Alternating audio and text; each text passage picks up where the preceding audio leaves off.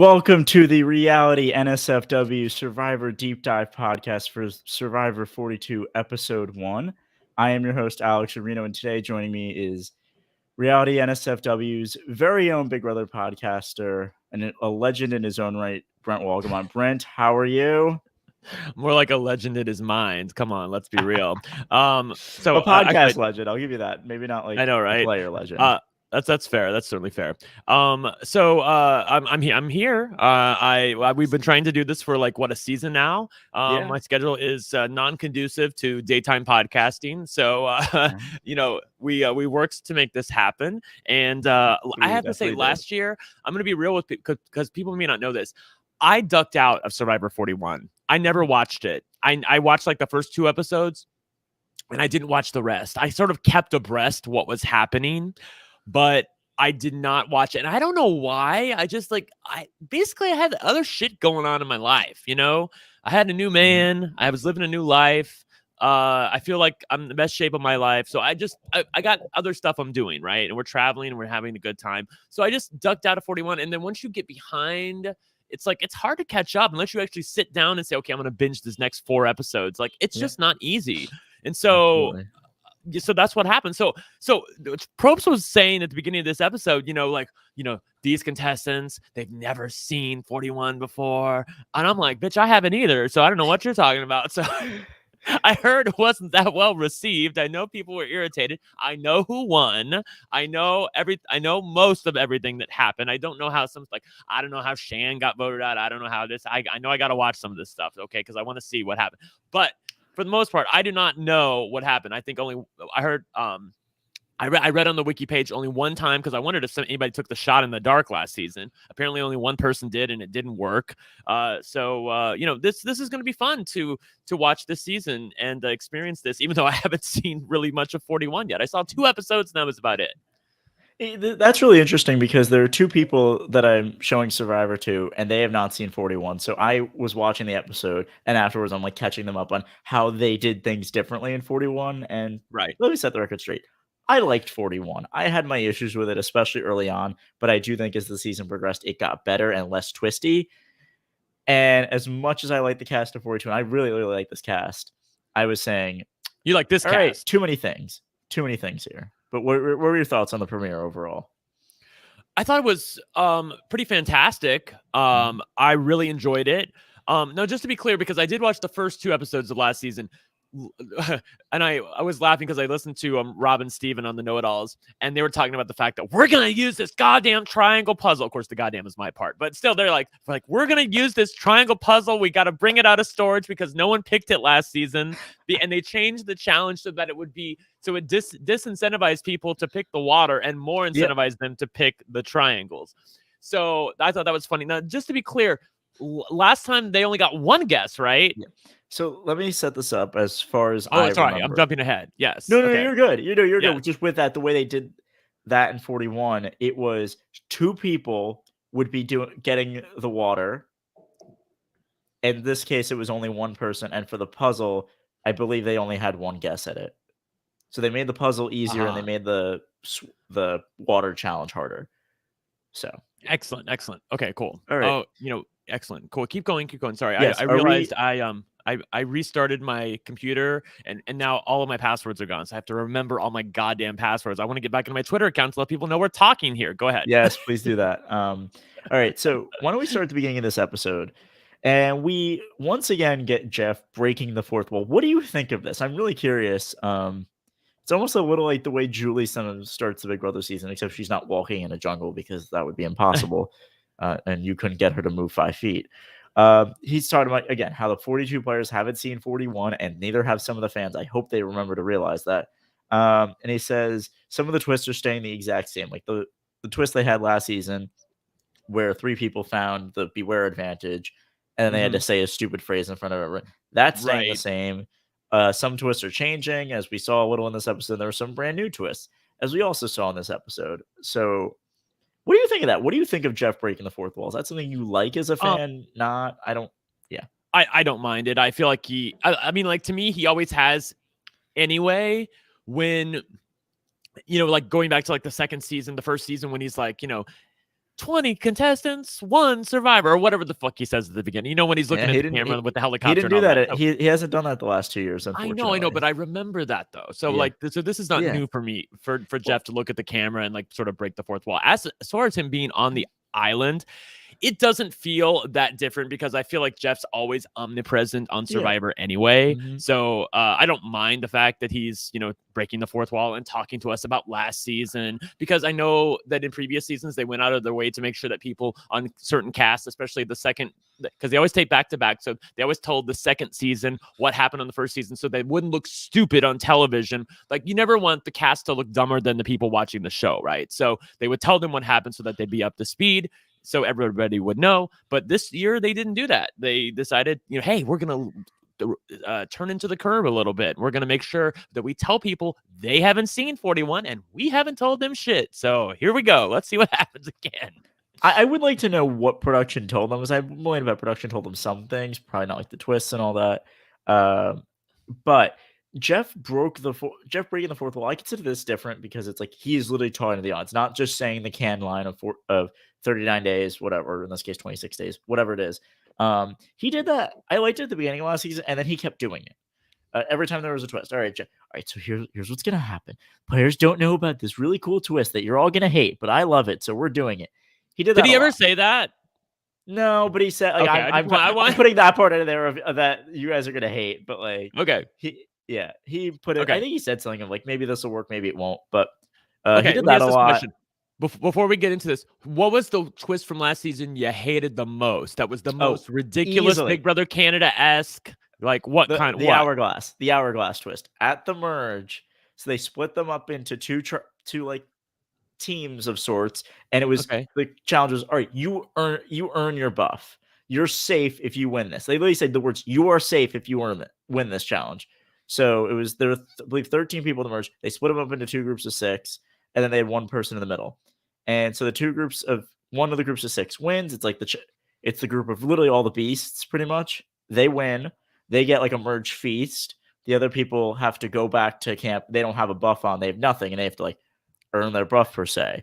And then the one person who goes to exile in the middle ended up being our winner. I will spoil that.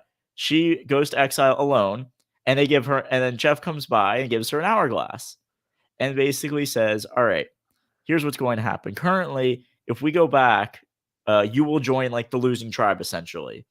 All 13 people will vote, but you will be one of the 7 who are eligible to go home. And as everyone at camp was talking, let's get rid of the one person who's not here. He's like, you can change history by smashing an hourglass, which is not how time works, but okay. Smash an hourglass, and then they flipped it, where the people who were told they were safe were not safe, and the people who lost the challenge were safe, and she was on that. So, of course, she's going to choose the option where she's safe. She does that. It screws people over, and yeah. Interesting. Because it was literally flat out lying. Like, I can deal with structures. This was just lying. So they told them they were safe if you win this. And then they were not. Yeah. Yeah. Yeah. Okay. All right. Interesting. Yes. It was interesting, and it was not the way I wanted to start a merge. But back to this season, we're not there yet. Okay. Thank God. Sorry. I honestly think they're bringing the hourglass twist back. I really do, and it's gonna really rub me the wrong way again. Because I've seen like in previews when they're saying we're bringing things back, I saw a picture of the hourglass. I'm like, no, not that again. But regardless, all right. So we get the tribes coming in. They're put on boats with all 3 tribes, so they know who's with who. There were a couple little moments. Jonathan's like, I did 15 pull-ups in a minute. Drea's like said she was a half-blind hurdler and admitted that she was a little bit too much already, which I appreciated self-awareness. He wanted to act like a pigeon but play like an owl, which yeah, that one was a little sure. like a pigeon. I would hate a pigeon. I would not want to be on a tribe with a pigeon. The pigeon would just poop everywhere and make my life miserable. I'd be like, go away. I didn't understand that, but whatever. I like to think about sticking his hand up a donkey's butt or whatever the hell. Rhino? Maybe it was a rhino. It was a rhino. It was a rhino. Yeah. Wouldn't we all? All right. Lydia said she only camped at festivals. And then we got the little Christian Hubicki time lapse of everything she disliked. She's like, I don't like sand. I don't like water. I don't like this. And I'm like, the way they'll play with that has been fun. Daniel is just like me. Oh, it's a dream. Mariah's like, the Survivor's something I need to find. I need to find myself out here. Lindsay By the way, I have seen Lydia on Twitter, and bitch is living her best life. Let me tell you Is that. she? She is living life to the fullest right now. Also, she got on Survivor, and she is having the time of her life. She's talking about her ass. I've never looked better, and blah blah blah. And I'm Good like, for girl, her. all right, like All work. right. Like, I love it. Good for Lydia. I'm not on Twitter that much anymore, so you know what? I have you to tell me all this, which I Yeah, love. I've seen her. Marianne's on Twitter. She's very fun. Yeah. I'm trying to think of anybody else that's like really. Well, Tori is not on Twitter. She's on Instagram, but of course, I'm friends with her on Facebook. Spoiler, because she's from Sequester, obviously. We're gonna. I was But definitely gonna get there. yeah, but she's been to the point where I thought she might get voted off not last night, but Wednesday night, because she was really like doing question and answer with fans, and like she was doing like a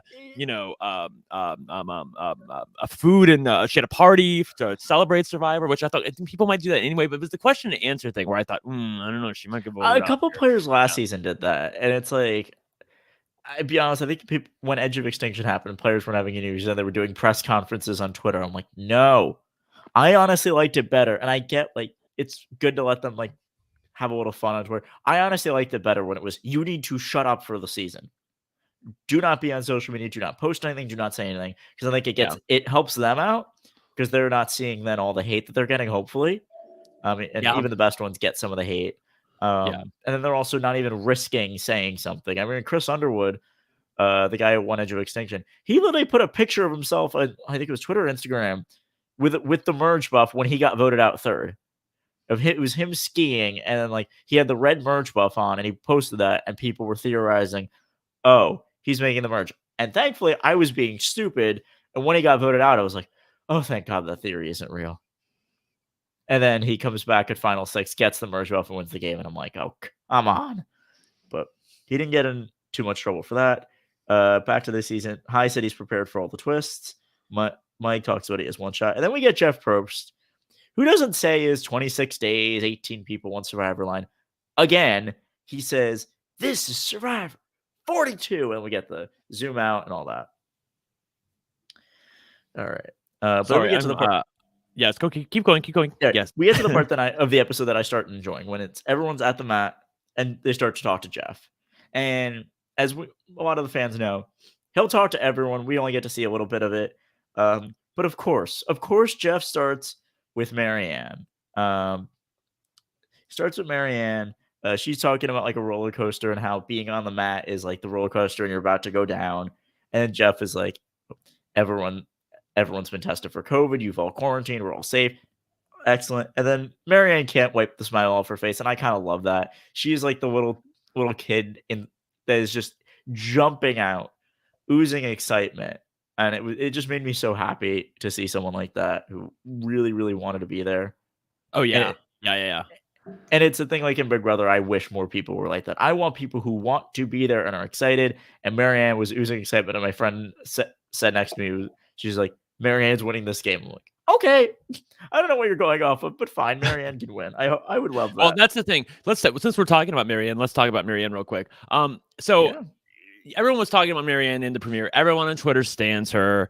Rob and Steven were like, how can you not love Marianne? Of course, Dalton Ross's recap was all about Marianne. This is a Marianne Stan account. And I am with them. I love Marianne. She's fantastic. The problem is, if we all see that she's freaking fantastic and how amazing is she, the players on the island have to see that as well. There's no flipping way they're letting her get to the end, let me tell you. Oh my God. I love Marianne, but if I'm on a tribe with her, I'd be like, this girl is at an 11 all the time. I can't let her get to that. Like, she wants this so bad. I'd be like, no, I need to get rid of her. She's like too aggressive, on it, like too. Well, I play with her until the merge, and then I try to play with her, but I'd also be like watching out because I'm like, yeah, who knows what this girl's capable of. But I would love just to geek out with her of how excited they are. I will eat my hat if Marianne gets to the end and wins this game. Brent, be prepared to come on after the finale. Then we're doing that. We'll bring it back and catch up. Catch up. All right, fine. I'll let you do that. All right. Let's talk about that. Jeff then goes to Mike. And I personally love Mike. Mike's from the town I currently live in Hoboken. He's shocked he's here with Jeff. and then talks about how he needs to be diversified in every asset of the game to win, which is the right thing to think and right thing to say. Also, I see in the chat, we are not going to talk any potential spoilers. I do not want to see them. If they are in the chat, I will get rid of them in a second. Please do not post spoilers. Thank you very much. Fabulous. Yes. I haven't seen. I've talked to people who know about this season, and I haven't seen any reputable boot lists anyway. So whatever, I don't care. Good.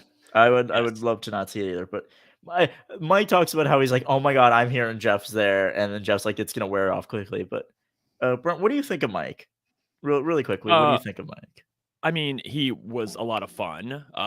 Like, old firefighter, 58 years old. Actually someone on the show who's older than I am. Yay. Let's cheer for that. He's 58. Yeah. That's impressive. And the shape he is in at 58 is his Trimate said it, and I agree with him. Holy crap, this guy is in good shape.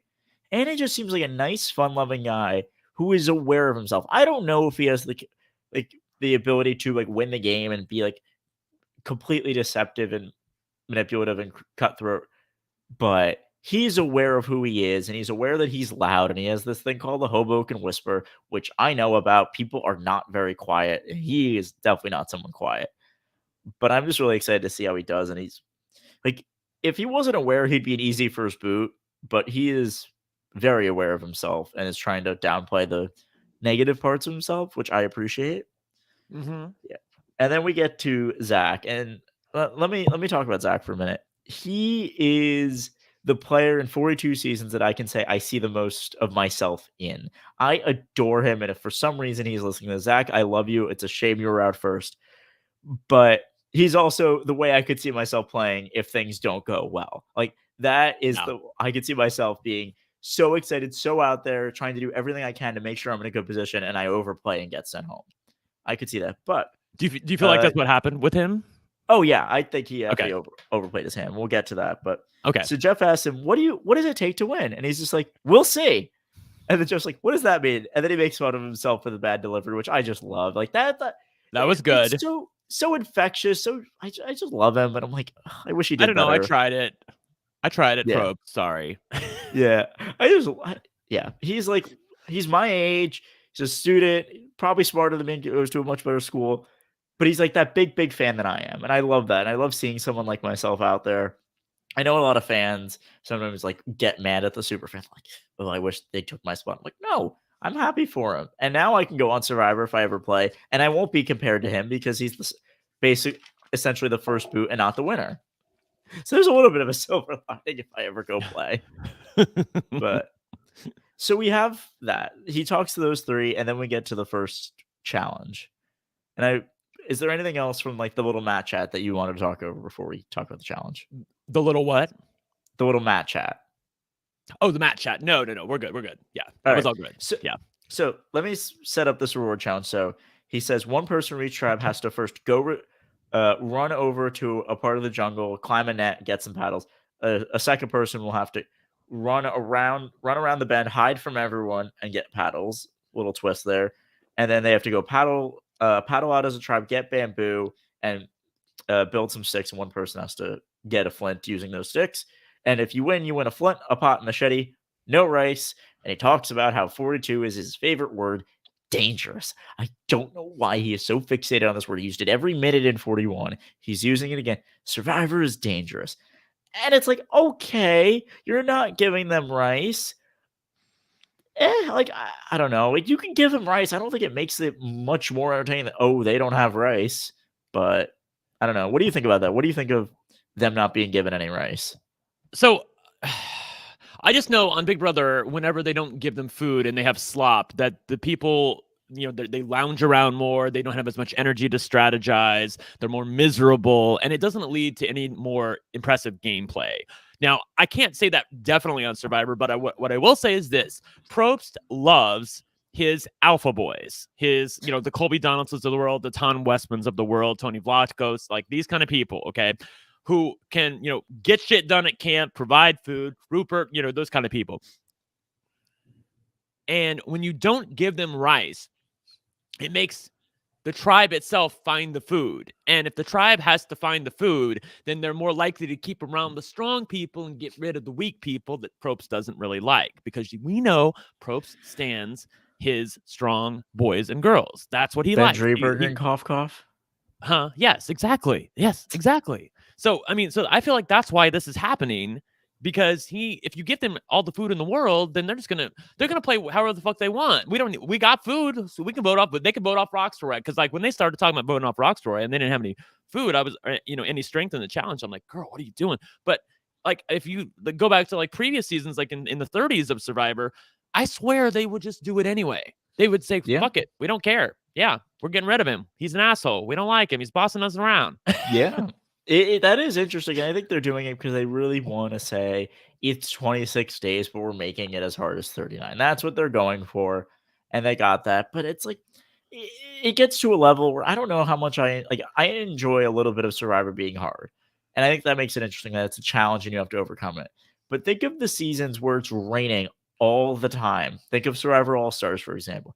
It is just raining and raining and raining, and everyone is in the camp and miserable, and they're not moving and strategizing. I want people to be running around the island strategizing. A little bit of rain is fine. Give them a tough night. Give them a couple tough nights.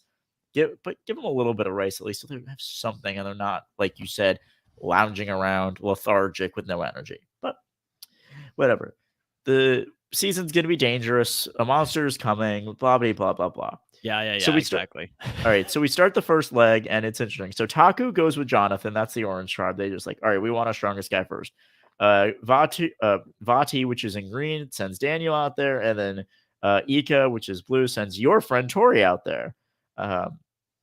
And really quickly, let's just dive into these people. Let's talk about Tori first, since you know her from Sequester. Give everyone the background for those who don't know about Sequester, don't know anything about Tori, and how you have a connection with her. So that's so funny that we're talking about Tori right now, because this very second on Twitter, there is a discourse going on in a Twitter Spaces about Sequester, because Audrey let Kirsten McInnes have it last night on Twitter. So let me go back in time. This is a quick segue, but if y'all want tea, I'm gonna give you tea right now, because it's all over Twitter. So this isn't like tea that you don't know. It's tea that maybe you're just not aware of that's happening right now. Okay, so which is perfect for me. Brian Cohen on Twitter from RHAP said, hold on, what did he say? He said, "Has anyone been a goat as quickly as Tori? #Survivor." And there's been a lot of anti-Tori stuff. Okay, a lot of anti-Tori stuff on Twitter.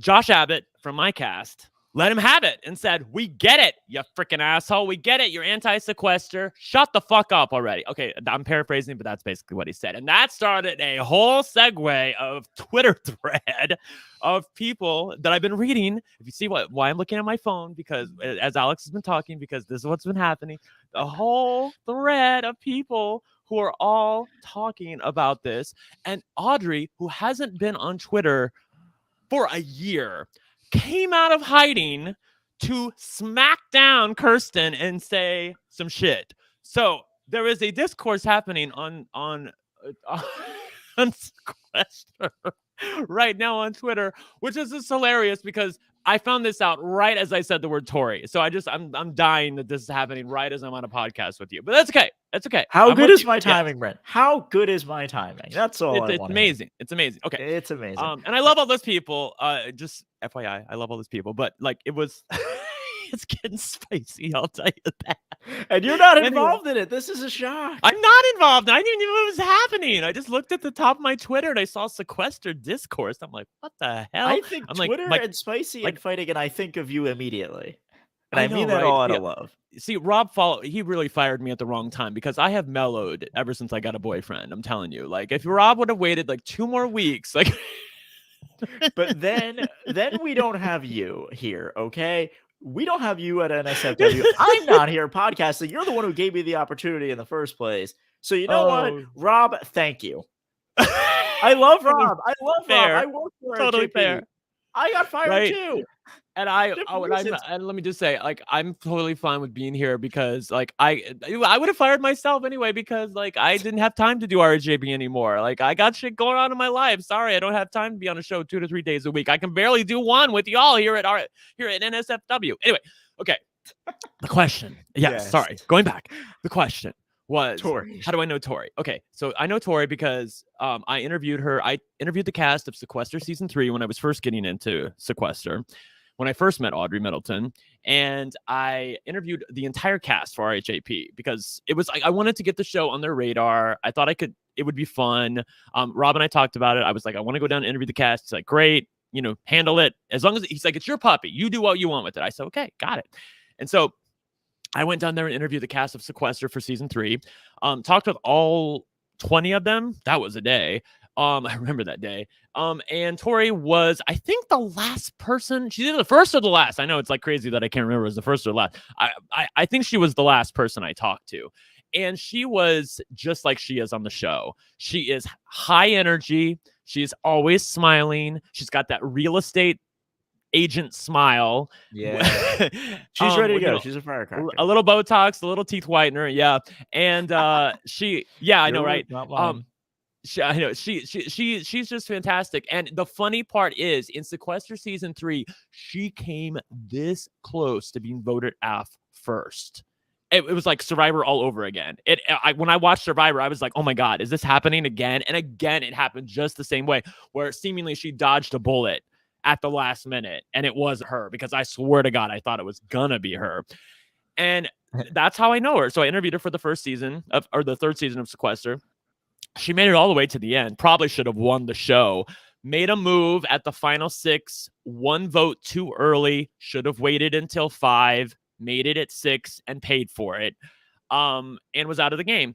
And obviously I've stayed her since then. She's a fantastic character, and she's someone who, whether you love her or you hate her, she's just gonna bring great TV. And she's a fire starter. She's a firecracker. She makes people pissy.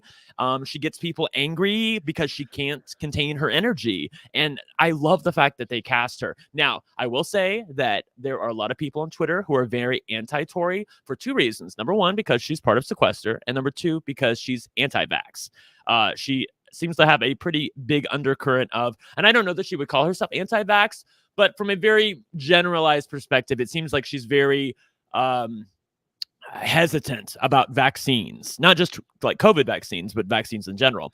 And that has made some people very upset with her. And to the point where a lot of people on Twitter, when it first came out that she was on the cast, they didn't even think that she should be on the show, which, of course, I got into it. This is another thing I got into it with people on Twitter about this because I just don't know where the line is. So if you're not going to cast Tori because she's a little bit Trump and a little bit anti-vax and a little bit rock and roll, then where's the line? Are we only going to cast Democrats on the show? Like, are we only going to cast people on the show if they're willing to vote for Bernie Sanders for president? Like, I feel like this is supposed to be a social fucking experiment. We put people on the show who have different ideas about the world, and whether we like it or not, and most of us don't, there's still a good 40 to 45%, maybe 50% of people out there who voted for the former president of the United States. Like, my mom and dad voted for him twice. Okay, they're there. To say that they don't exist is just asinine. So I feel like that it's not outside the bounds for Survivor to put her on the show. So number 1, I feel like she should be on the show, and I'm glad Survivor did it. Okay. Number 2, could I live with her? Probably not. She's a lot. And I don't know if I had been out on the island, like, let's say Romeo's not there and I'm there and I don't know Tori from Sequester and I'm just talking with her, I probably would do what the tribe did and vote Zach off, but Tori would definitely be annoying me at this point. Yeah. And she hasn't calmed down yet, because Tori can be very, very kind and empathetic, but we haven't seen that yet. Yeah. Sorry, that was boy. I feel like I talked for 5 minutes and didn't take a breath. You probably did, honestly. And also getting me silent for 5 minutes says a lot, but thank you. I overall, I'm happy Tori's here. Like, listen, I again don't care who you vote for. Like, I agree with you. We need people representing every like political affiliation and all that. Obviously, we don't want the racists, the sexists, the homophobes. Obviously, get those people out. Yeah. Anti-vax, draw the line. I would prefer my people get vaccinated. But I can live with it. I can live with it. I'm Yeah, I can happy live with it too. but you know what? I didn't even know that until you told me. She's on the cast. Regardless, she's on the cast. I like her. I'm happy she's there. Is she a good player from one episode? No, she sucks at the game so far. She's awful at it. And I see why in every draft I did, she was near the last pick. I get why completely. It but is am I not happy lost she's here? on me. Go ahead. I'm sorry. Did I interrupt you? Go ahead. Sorry. No, yeah. I will say, am I happy she's here? Yeah, she's given me entertainment so far. So good. That's good. That's all I need. So, I did not listen to this, but apparently RHAP did a draft of the podcasters. It was like, all the usuals, Puya and Liana and Rob and Taryn. And guess who was last in the draft? Tori. Yeah, Tori was last. I wonder why. In every draft, the people who were picked last that I gathered were in my drafts. It was Jonathan. Others were Tori, Jackson, and Daniel. Those were the four that I commonly saw as last picked. And most of them make sense, and I get why. And seeing one episode, I really get why Tori was picked last. But she's still in the game. She runs the first leg, does decently. What do you think of Daniel? He's on Vati. He also ran the first leg and dislocated his shoulder. Yes, very fun. I feel like he I don't know if he's straight or gay, but like he would make somebody a great boyfriend. He seems very just fun and happy to be there. Yeah. Yeah. Very sweet. Just like, yeah, he's a very, very sweet guy. Seems like it. I don't know how much game he has. I assume a lot. He seems like he's a huge fan of the show. But he seems like a really sweet guy, and I totally want to be honest. He's like somebody that I would like to live with on Survivor because he seems to have a very chill energy about him. Yeah, he seems like the guy who is really excited to be there. May not know how to best execute some of his excitement for the game. Maybe a little socially awkward, but I'm very happy he's there as well. His story is awesome, and honestly, I love these people that really want to be there. And like have dreamed about it and are there. Even if they suck at the game, they got that shot. And I'm really happy he got that shot. And then pulls a Stephanie LaGrossa and dislocates his shoulder 5 minutes in, which, oh my God, that broke my heart. Yeah, that was, yeah.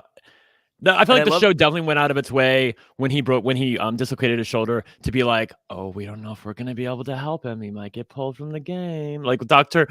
Ramona, what's her? Is that her name? Rhea, whatever. Ramona was one of the old doctors. Doc. Yeah, she's like, well, when she put in the little thing about some dislocations require surgery, and Daniel's eyes went like, yeah, I was like, when? Oh, I'm like, fine. when?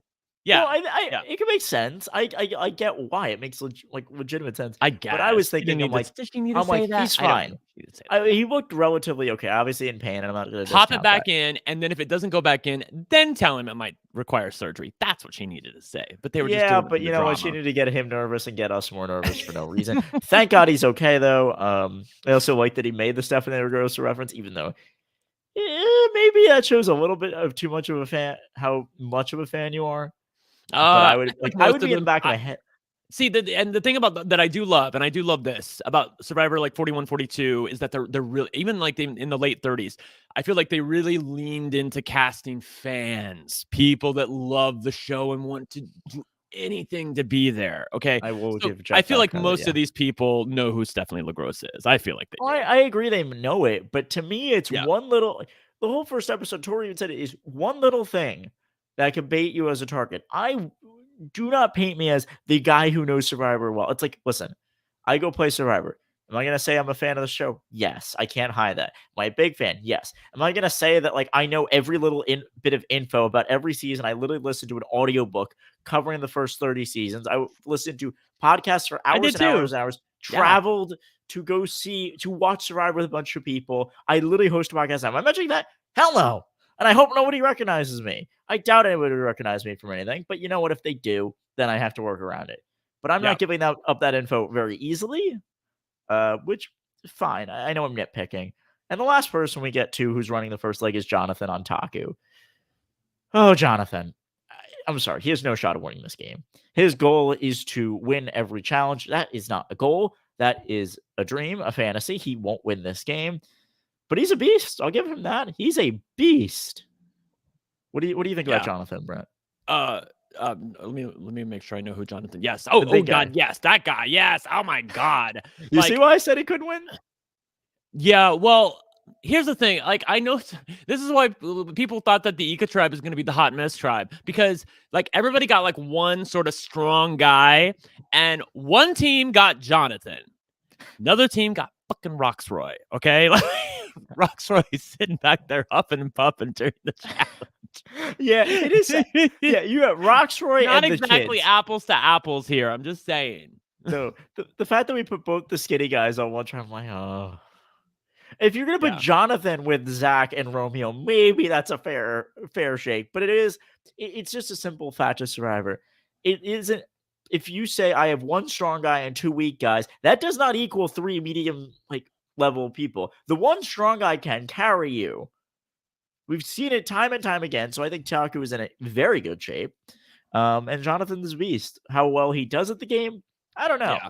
But so far there was a secret scene that showed that his tribe likes him. Lindsay especially thinks he's amazing. He's very fit, very helping out around camp a lot. Yeah. And they're like, what would we do without him? So he's playing that provider role very well so far. And the only part... that's the tribe that Jackson got evacuated from. And I know that we'll talk about Jackson in a second, but we got next to nothing on the tribal dynamics on the Taku tribe. We got a little bit on Vati and of course a ton on Ika. I want to say Ika every time I look at that name. Yeah, me too. I know, right? But we got next to nothing on Taku, so I really don't know anything about what's happening over there. It's going to be interesting because, excuse me, with one person out of the game already, they only need to count to 3 to form a majority, and with only 3 people carrying the day on a 5-person tribe, that can lead to a lot of interesting configurations because everybody has their own idea about what they want to do, and it doesn't take a lot to move the needle. So yeah, I'm interested to see what happens over there. Yeah. I also love that as Daniel is running back with his disculated shoulders, Jeff is screaming at him, keep digging, brother. You're on Survivor. He's probably like, I know. It's the last thing I want to hear right now. I'm in a lot of pain, Jeff. Shut up. But he doesn't say that, thank God. He keeps going. Wait, just to be clear, didn't he dislocate his shoulder when he fell? It looked like it. That's what it looked like happened because he popped back up and then literally the shoulder looks like it popped out because he's like hanging on like this, like, oh God. And that was yeah, he looked like yeah.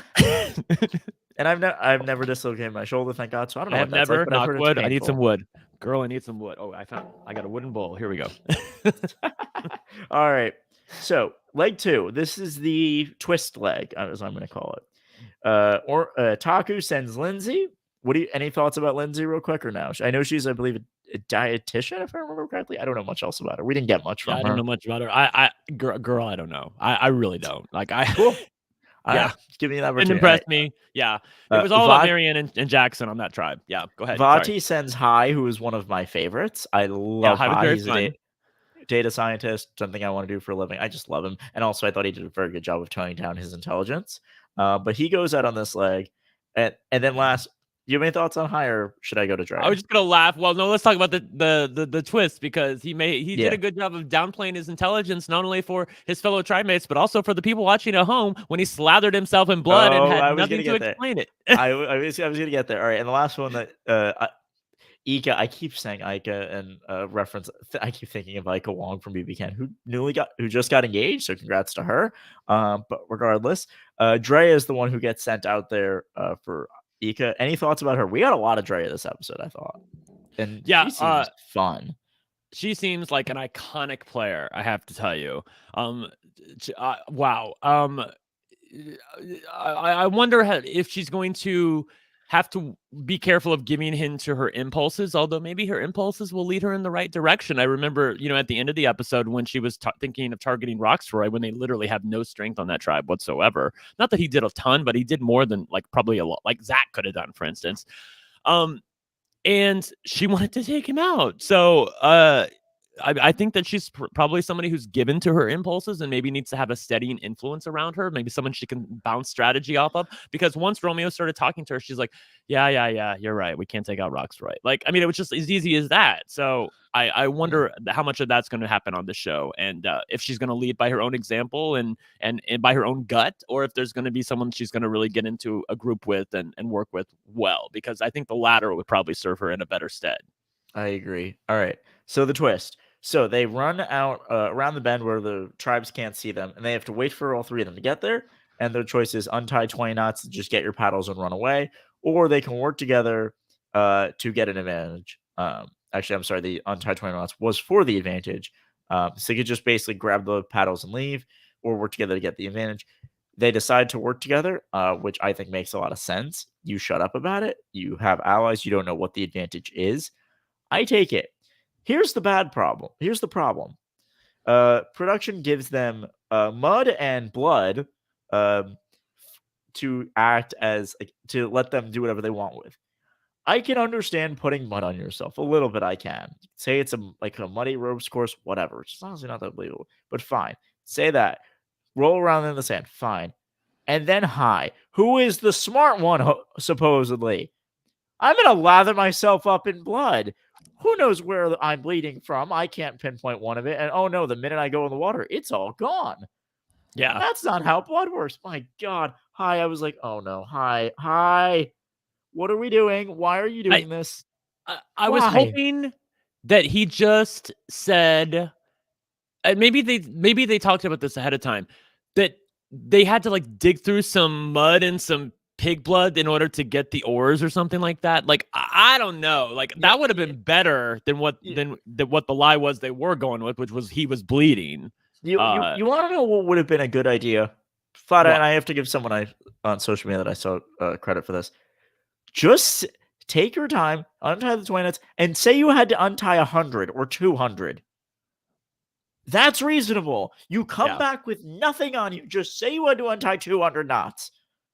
Yeah. Could I believe I think they just got swept up in the moment. They got swept up in the moment. Oh, I get it. Yes. I get it. But the blood, come on. I'm sorry. I'm not thinking I know fake blood is not a good idea for the sole reason. Where does it come from? Like, oh God. Regardless, they do that. Lindsay and Drea decide not to put blood on themselves, which is a very good idea. And I like the players back on the mat. They're like, are they okay? Zach is like, should we check on them? And Jeff is just pretending to narrate like he doesn't know what's going on, that they're taking a while. And then they go off, and I love Lydia. Are you why are they filthy? That was one of my favorite lines. They're just saying, why are they filthy? Again, I was hoping that they just said we had to dig through some shit. There were some entrails there. That's why we got blood on us. But also, whatever. Like, I don't know. I wouldn't really believe that. Regardless, I don't know, but like it would be better than what they went with. Agreed, it would be better what they went with. And I honestly wish we saw something at camp. Someone asking High what the hell happened. I would like because Lydia was very much asking him like, you've got blood all over you, or you're really bleeding. That's what she said. And then of course, he wasn't. After they got in the water. So I wondered if she said anything. I wonder if she did she have any suspicions? Like, I don't even know, like, I don't even know how you would suspect, because it's not like they've ever seen this twist before. So they would have no reason to suspect. Yeah. I would suspect something. Like, I just wouldn't believe you're bleeding. I would not believe you're bleeding. And the fact that you're lying to me about bleeding would signify something. Something happened. Yeah. Yes, something had to have happened. I don't know what, but something happened. Regardless, the reason we didn't get that is because of all the twists that they had to show. That's where we lose out as fans, I really think, are all these twists. And it's not even for the fact of they impact the game in big ways. It's just that there are too many of them, and they feel like they need a twist at every corner, and then we lose out on camp life. And that is something so simple that I would just love more of. What's up? No, see, when you're on a podcast with me, I'm like a squirrel. Like, I'm like, I know you are. I know. Yeah, I know. And my friend on Twitter. Okay, this is for my Big Brother fans out there. So apparently, Big Brother 23 is like doing Big Brother 23 with the cookout is doing a cruise of some kind. And my friend said nothing sounds worse than being stuck on a boat with half the BB23 cast and crazy people from the fandom. I'd last an hour before I jump overboard and swim home. If you made it an hour, I'd be impressed. All right, let's get back. Let's go back. The Survivor. All right. So Oh gosh. they go paddle out from bamboo. Nothing much happens. Jonathan's a beast. Vati and Ika are behind, and then we get to the last leg. I'm just gonna skip right over it. Yeah. And it's tie all the bamboo that you put together. Try to make like a long stick that can make a pole to get the flint. Yeah, make a pole, grab the flint, and get it back. And we have Mariah for Did Taku. What do you Cesarino think of ever Mariah? realize that it wasn't a goddamn key? Because on the know-it-alls, he was saying, you know what bugged me the most, Steven? That they have to use a pole to get the key, but they win. Like, where's the lock? Like, I'm like, Rob, it was a flint. Oh my god. Yeah. Did somebody tell him? I hope he knows by now. Yeah, we had Mariah doing what do you think of Mariah? We didn't get anything, but if there's anything you want to say about Mariah, go ahead. I mean, she must have been like, I'll do this because I don't. Why would you give it to her? I just not that she not that being good. Oh, okay. Actually, you know what? I'm gonna take that back. I was gonna say that, and then you know what? I'm not gonna say that because I was gonna say that not like being like making a stick is strength intensive.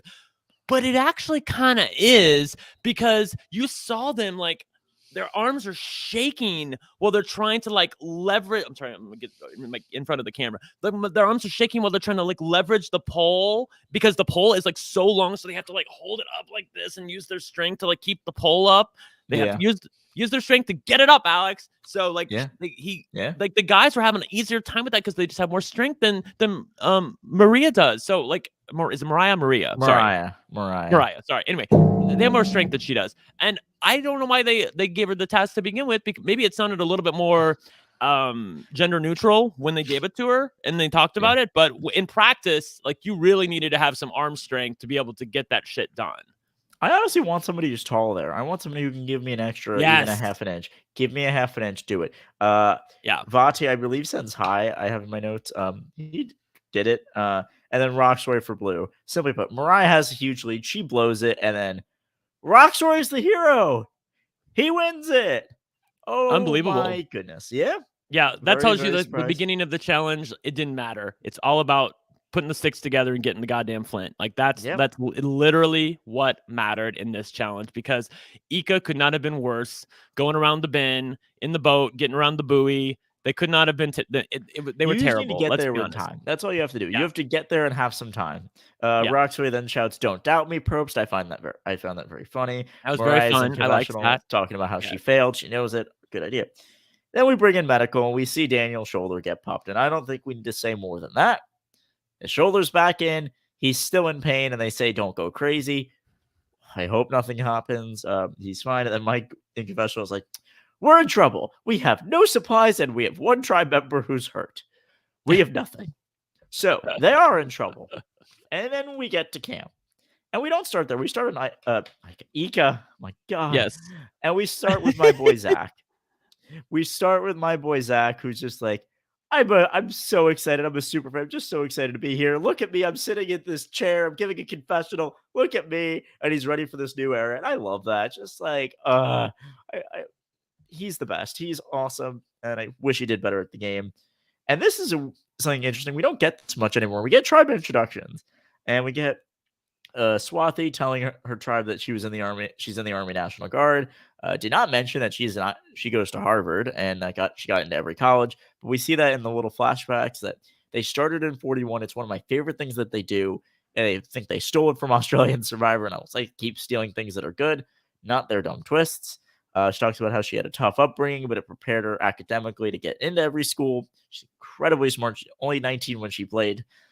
She prepared her academically. She's got strong values. That's why she's in the Army National Guard. Swathi's a beast. She's incredible. And I just admire her so much. What do you have to say about Swathi? Anything? She was fantastic. I just think she's a breath of fresh air. She is somebody who you don't see cast on reality TV a lot. No, I loved getting a little bit of her backstory. And when she was talking about her family, I just thought I love the little like home montages they show. Yeah, exactly. That's one thing I did like from 41 that I saw. I like it when they give a little background of who is this person? Why should I care about them? What have they done? Why do they want to be on the show? Things like that, you know? And I love when she did the impression of her mom, when she was like, "I want to be on Survivor," she was like, No, that was "Swat what? Marianne, I think. Wasn't that No, was Marianne who it? did? Marianne Or did was an it impression of her Marianne? mother. Yeah, Oh Marianne my did the god, yeah, impression. you're right, you're right, you're right. I'm Marianne did the sorry to impression of correct her you, but mother when yeah, she was like, Why do you want to be on the show?" Yes, exactly. I remember now. yeah. Yes. Again, it's been We'll one fucking episode. I haven't got to know these people yet. Yes. It's fine. But I yeah, watched the episode twice and did a I know, I know, couple I know the drafts. That's why I'm able Swappy's to. on is Yeah. on the Ika tribe. But she seemed like she's very fun. I thought she was gonna be more down for the young people than she was. Yeah, that surprised me. Listening Which to maybe Zach's is a bad interview, idea. yeah, listening to Zach's interview, because he did one with RHAP and he did one with Dalton Ross. It doesn't sound like she really was, or maybe she was at first and it was a real thing. But then, like, once the challenge happened, then she was like, "Whoop, it's all your fault, Zach." Because she was also part of the puzzle. Interesting. I don't know. Yeah, you know what? I don't mind that as much. Listen, I would say get allies wherever you can. But also, if it's just her and Zach and that's obvious, it's like great. Let the two young people, that's so predictable. Or you drag Romeo in, fine.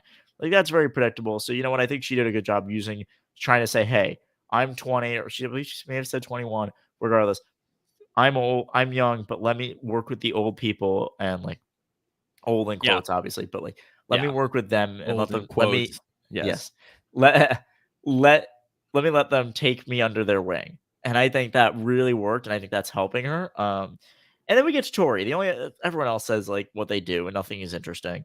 Tori decides, you know what? I need to play my overplaying 101. I'm gonna lie about my job. It's literally like almost the fan of like, how much chaos can I cause? How many things can I do? Ooh, people lied about their job. That's fun. Let me do that. And she says instead of being a therapist, let's use the caregiver. I'm never a huge fan of lying about your job unless you're saying that you're like a lower level of whatever it is you do, so you can So talk about your useless. field. But what do you? Yeah, why did Tori do this, and what did you think of it? I just think it's overplaying 101. It's overthinking. It's thinking that people are going to think you're smart. Well, everyone on Survivor is kind of smart. Everyone on Survivor's watched the show. Everyone on Survivor, I mean, to a degree, Zach. I just called you Zach. Alex, sorry. I like to call you Zach because I had Zach on my mind from Zach Wartenberger. But Thanks. everyone I'll has take it. If right. I know, right? if I'm called Zach Wurtenberger, I take that as a compliment. So thank you. Everybody has some sense of what to do on the show, and I don't think that being a therapist of all things is like I'd much rather be a therapist than an attorney or a cop or I don't know something. But like therapist is just so who cares? Like you could be a speech therapist. Like who cares? No one cares, Tori. I love Tori, but no, bitch, no one cares. Least of all these people. And it just is something that you have to lie about. Then you have to keep up the lie. And if you screw up the lie, then you're going to look untrustworthy. So why lie about it in the first place? It's so dumb. She is someone that I could already like. I'd be out there for seconds and I'm like, something's up. She does not hide it that she's here to play. I'd be like, I would almost doubt everything she says. I'd be like, everything's a lie because she's doing it so unnecessarily. But yeah, unless you said you're like a psychologist, that's another one I could say, oh, I don't want to deal with psychologists. But a therapist, fine. I don't know. It just was unnecessary. And then we get what tries to be a semblance of the young group with Swathi, Zach, and Tori, where Tori's just like, I'm going to try to be nerdy. You like Harry Potter? And just Zach is just like, I see him see it in his face. He's just like, oh my god! I read the books. Aren't they great? Like, oh, you tried butterbeer, and his face. I just saw it. I'm just like, oh, it's like, oh god. It's like every time you say you watch Survivor, that show's still on. Do you remember Boston Rob? I'm like, yeah, yes, I remember. I will play this off. It's like talking to an old woman, although Tori's only a couple years older than they are. It's like, all right, let's just placate her. And then we get the other group. Of Romeo, Drea, and Roxbury, who actually form an alliance, which, you know what? Good job. That's how you do it on like Survivor. listening to Zach afterwards, it sounded like the young people also formed an alliance. But what they like, well, I mean, I guess it wasn't much of an alliance. But I guess they didn't name it. Whatever, they didn't like say it was an alliance. I don't know. They said they were going to work together. It just didn't work. That's the thing. Like even if they formed it, they showed it. I wouldn't mind if they showed it, but it was probably like, oh, let's make an alliance because we're the three people here. The other three, I think, genuinely at least saw something in each other. Were like, boom, let's connect. Well, I feel like the younger people did too, though. I feel like they did. Maybe they did out of necessity because they thought the other people were forming something. I don't know. I think maybe necessity, but I also think it's who am I with, and also I don't think either of them really like Tori that much. I think it's just let's placate her. Okay. And maybe the two of them could have formed, Swathi and Zach could have formed something, but it just didn't seem like it worked. Honestly, I don't think those three worked as well. But Romeo, Dre, and Rocksroy form an alliance, and then Romeo, we get a little confessional from him about how his two dreams in life were to win Miss Universe. Can't do that because he's a guy, and to win Survivor. I don't know if he'll do that, but you never know. He is interesting. I like him so far. Anything you want to say about that alliance or him before we go to the other tribe? Oh, the Rocksroy Drea Romeo alliance. I mean, yeah. We're jumping ahead to later on is what I want to say. Just to be clear, I've listened to Zach's exit interview, and he said that the three of the younger people were together. That they were together. It was a real thing. It wasn't just something in his head. It wasn't just something that the show showed. He said they were together. It was legit. Okay, and that their whole thing, their plan was to bring over Romeo because Zach had a thing with Romeo. But it became clear. Yes, it became clear when they came back from the challenge that Romeo wasn't having any of it. That Romeo, and I'm like, then move on. Get Drea. As long as you guys are together, the three of you are together, get Drea and say, we'll vote off Romeo or Rocksroy because she wanted to vote off Rocksroy. They could have voted off Rocksroy. You know why Romeo wasn't going with it? Because he wanted to get rid of Tori. It's a common theme. We don't want Tori here. But you know what? Zach is the easy scapegoat, and we'll get rid of him. I'm sorry. If they go to Tribal and Tori makes it past, I am shocked as hell. And I'm realizing that my rating that I gave Tori right now is too high, and I will lower it by the time we get there. But let's go to Vati. Vati, we get Lydia just saying, oh, this tribe's in trouble. And then we get the Savvy or Sweat challenge that they did last season of it's your second chance to get Flint, Pot, and Machete. Basically, we want to give you something. We don't want you completely dead out here.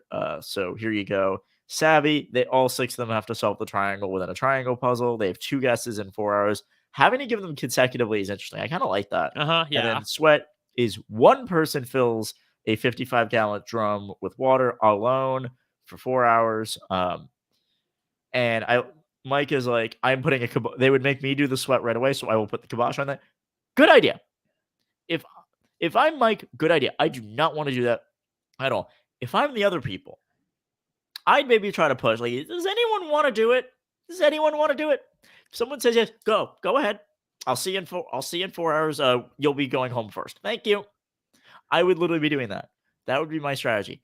If not, then I say, all right, let's do the puzzle, and I probably play it the way I did, not taking the lead, but contributing and saying, look, I know what I'm doing, but if Jenny wants to run it, go ahead, and she ran it and did well. So good on her. Yes. I thought that was very funny. I know that they were trying to use this goddamn puzzle, and I know that they had to use it this season because Twitter had already solved it last season. And everyone knew that the answer was 51. But I thought it was very funny watching them try to do this because they were like, okay, I got my number. 11, 36. and Jenny's just like, none of you have it. Stop. None of you have it this quickly.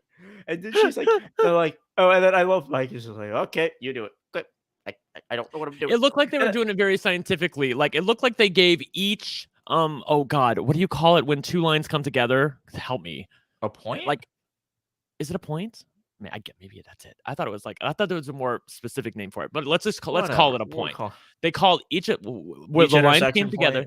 Yeah, each intersection point. Yes, they gave each. It looked like they gave each one of them a letter. They assigned them a letter, A B C D E F G. It looked like that. And because I saw them below writing letters, and it looked like they were going bing de bing de bing, bing de bing de bing, and showing where the triangles were, so that they didn't double count them, which I thought that was very, very cool.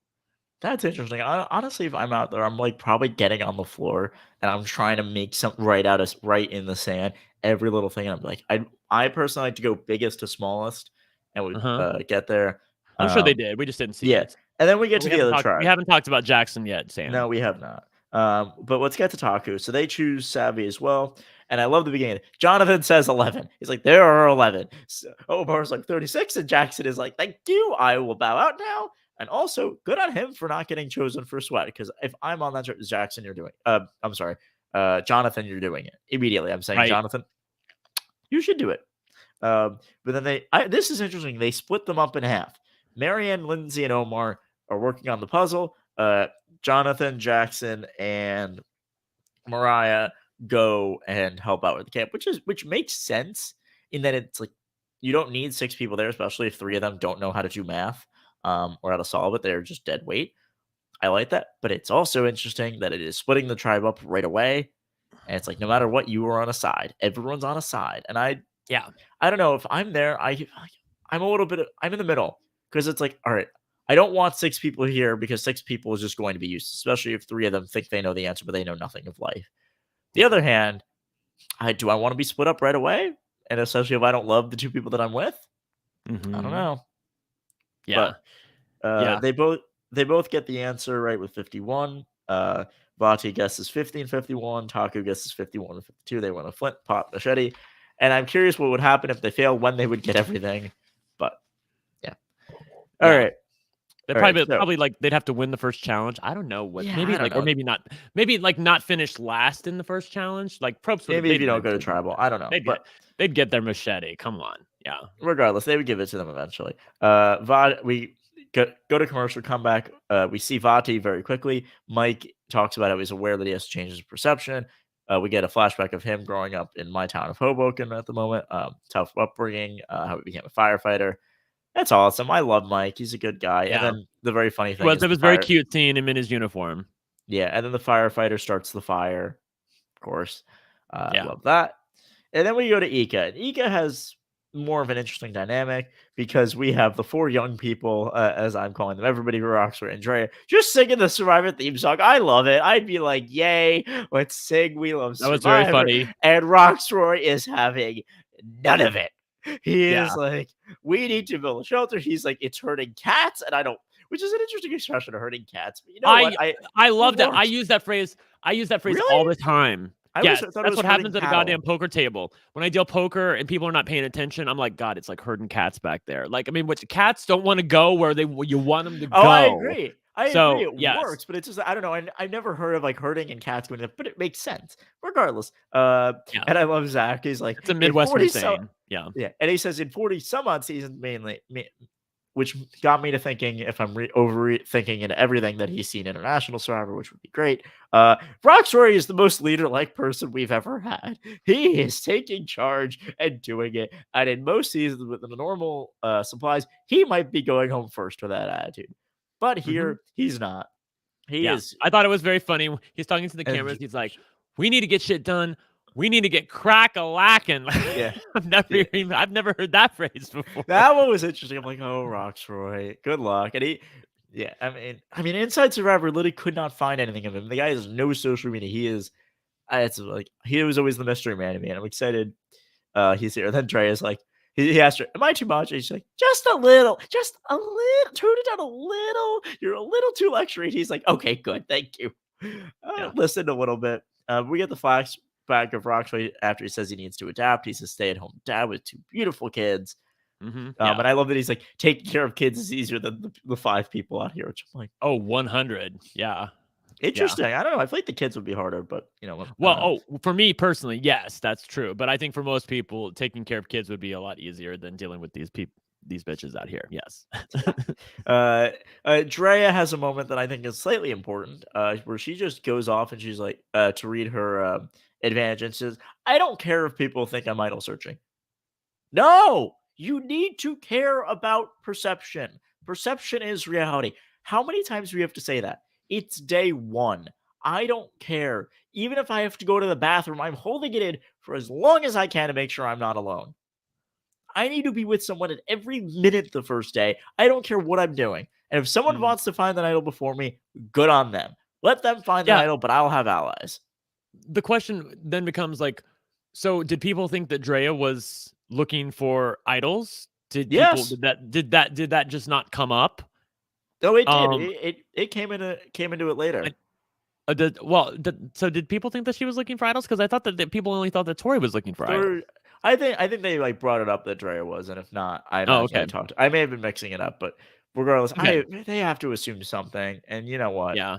If they don't, they're stupid. But then all 3 of them open up what is called the Advantage Amulet, and I really want to dive into this. So all 3 of them have to be played together. And if all 3 of them are in the game, it's an extra vote. If 2 of them are in the game, it's a steal a vote. And if 1 of them is in the game, it's a full-blown idol.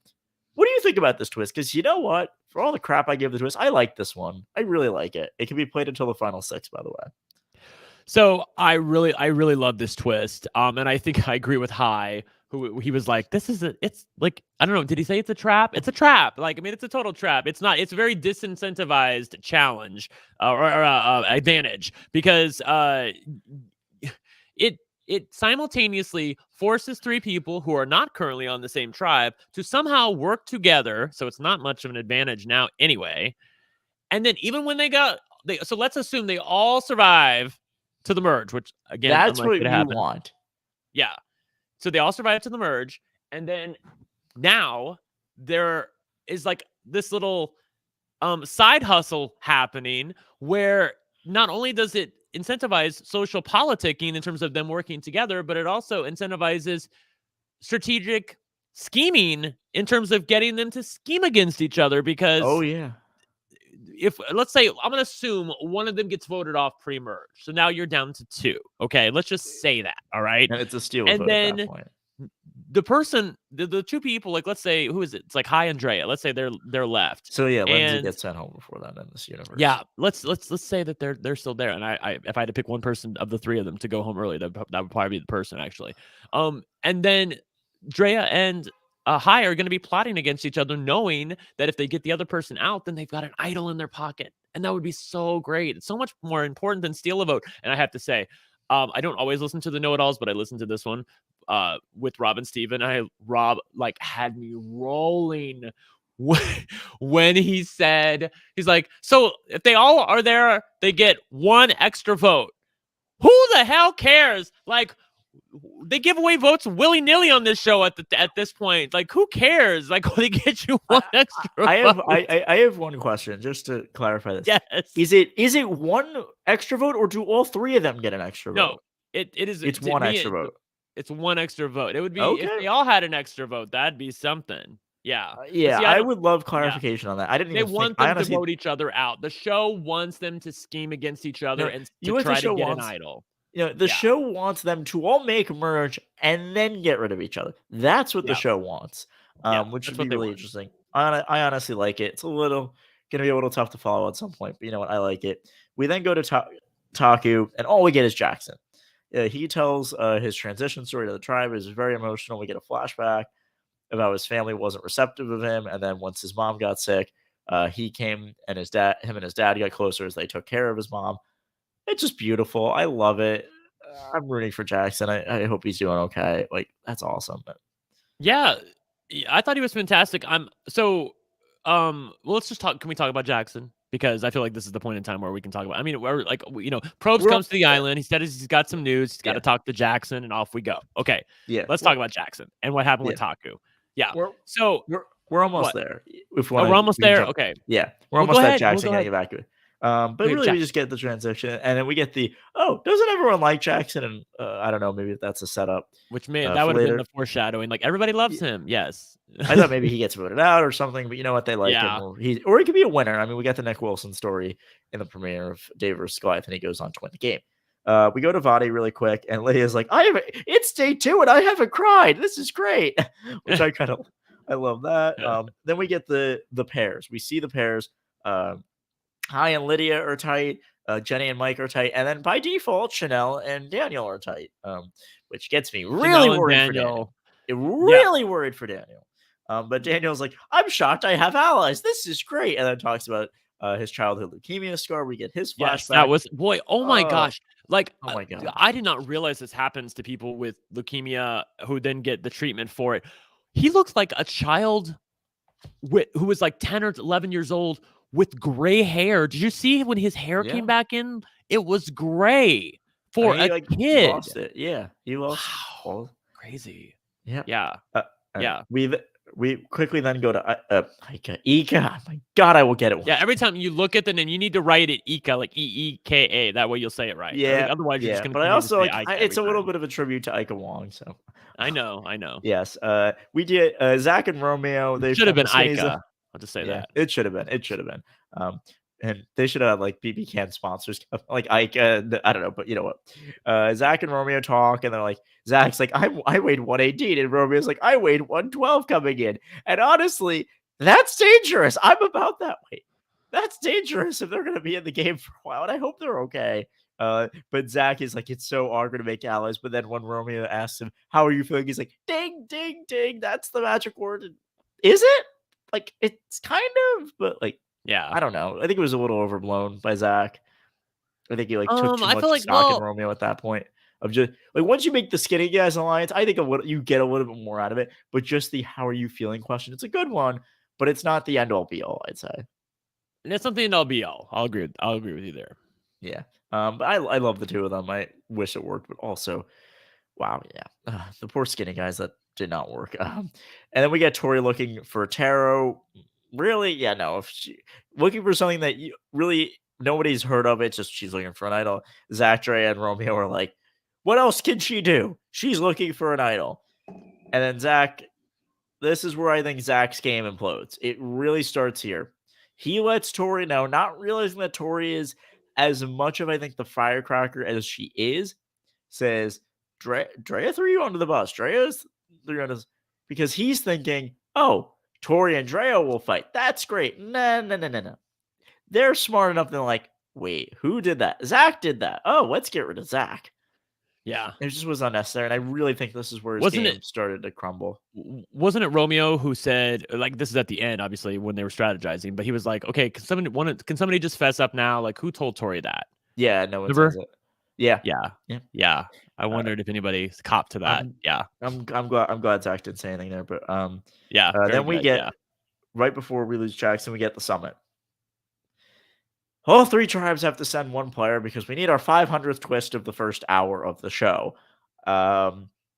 Which, fine. And all three tribes do it a little differently. Taku sends Marianne. Basically, Marianne's like, oh, I'll be the sacrifice. Which, if I'm like, no, it ain't a sacrifice. It's a good thing. It's not a Go. sacrifice.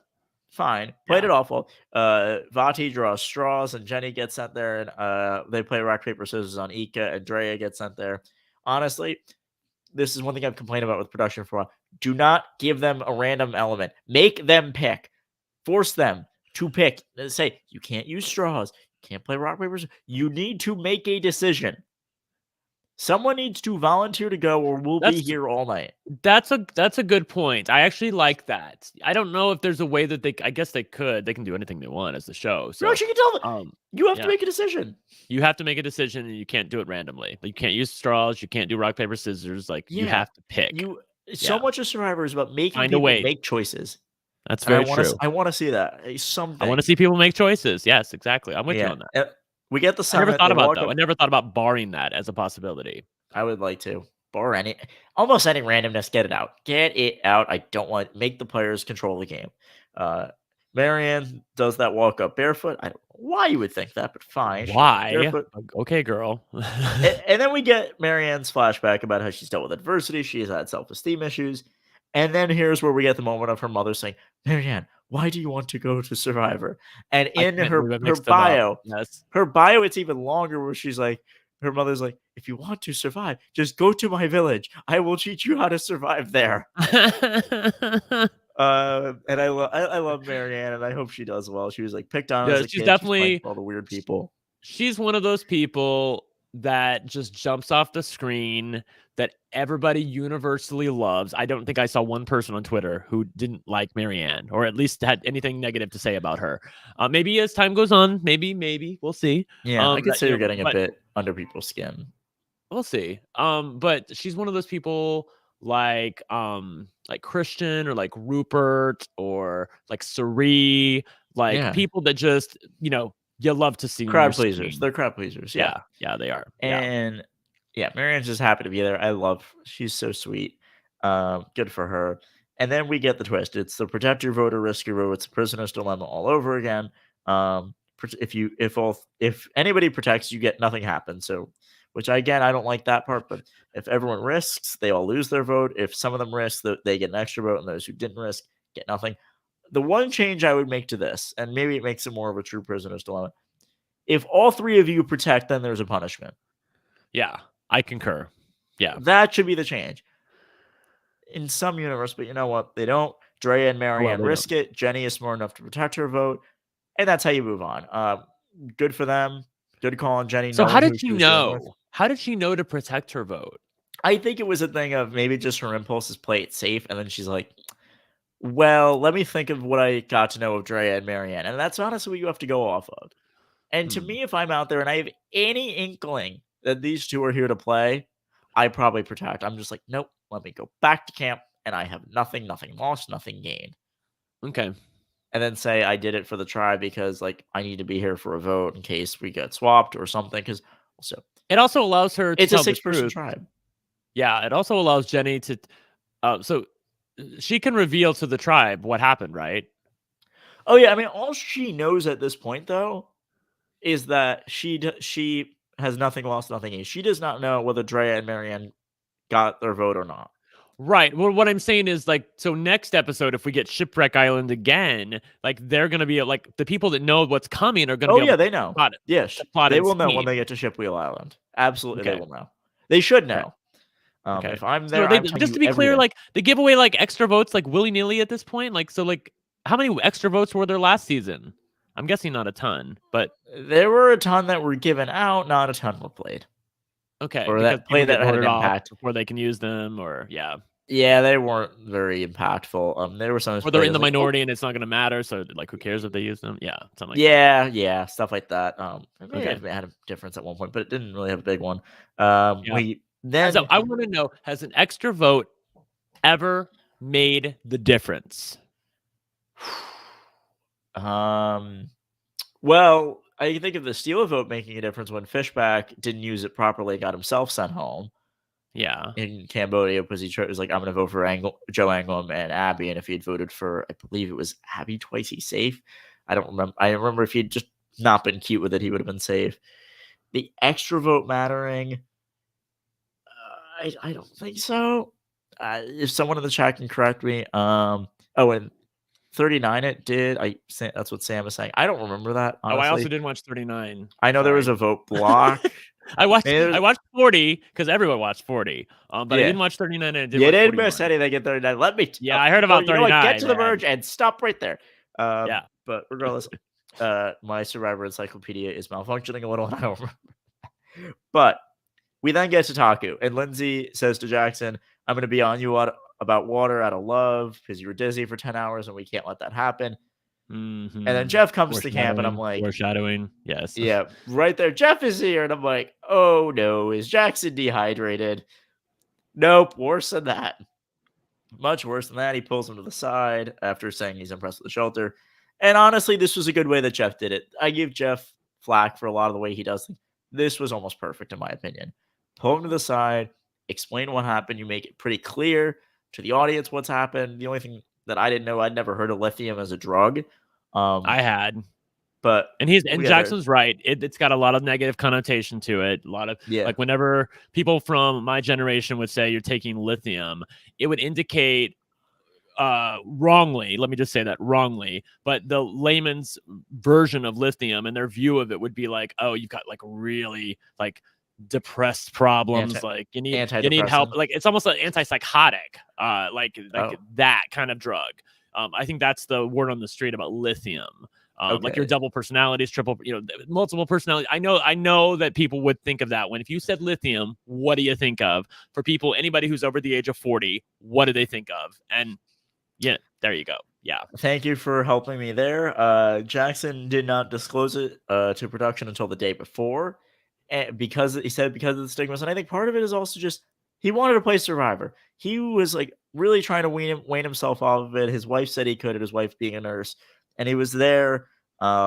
He took it when he was not sleeping, as he was taking care of his mother. A doctor told him to.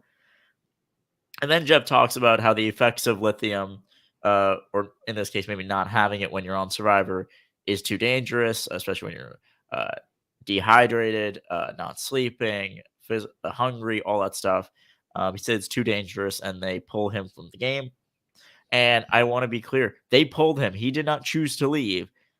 And I think it's interesting when he says later Jackson had to leave the game. You pulled him. There is a bit of a difference. It's not a quit, and I don't think it should be a quit. It's not a quit. No, it's not a quit. But I just love Jackson. He's like, I'm so happy I got 2 days here. I'm going to be friends with these guys. And I hope that tribe really is friends with him. Got the time. Taku is incredibly sad to lose, and Marianne balls her eyes out ballistically. And then Jackson's gone. But what do you have to say about it?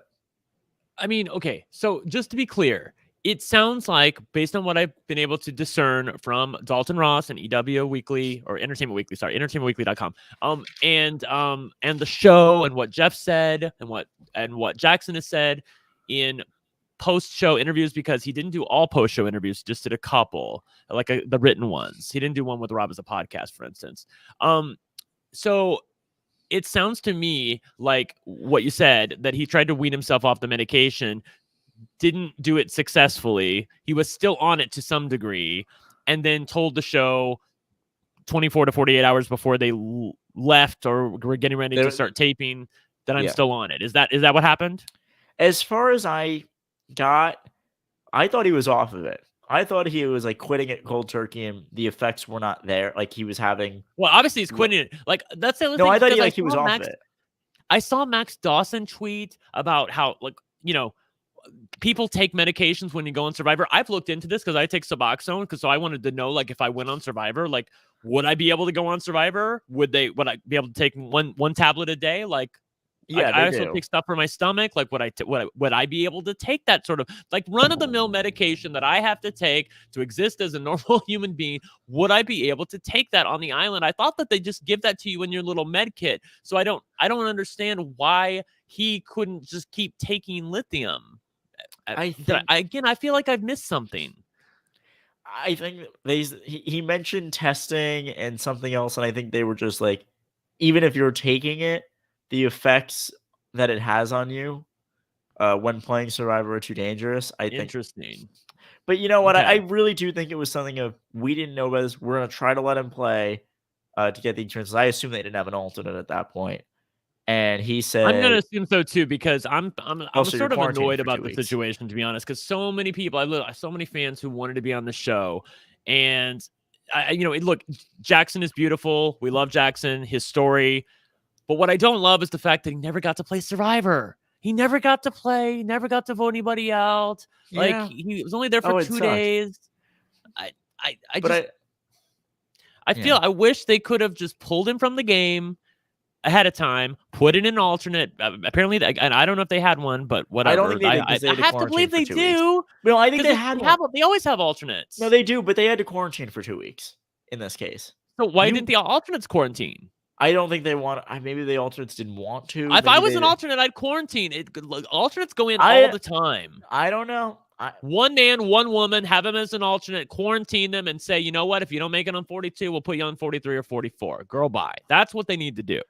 Listen, I would sign up for that, but I don't know. I guess they didn't do it. Maybe they just didn't want more people there. The sour taste in my mouth for 12 hours after watching the show. It sounded like Jackson told them about the lithium stuff.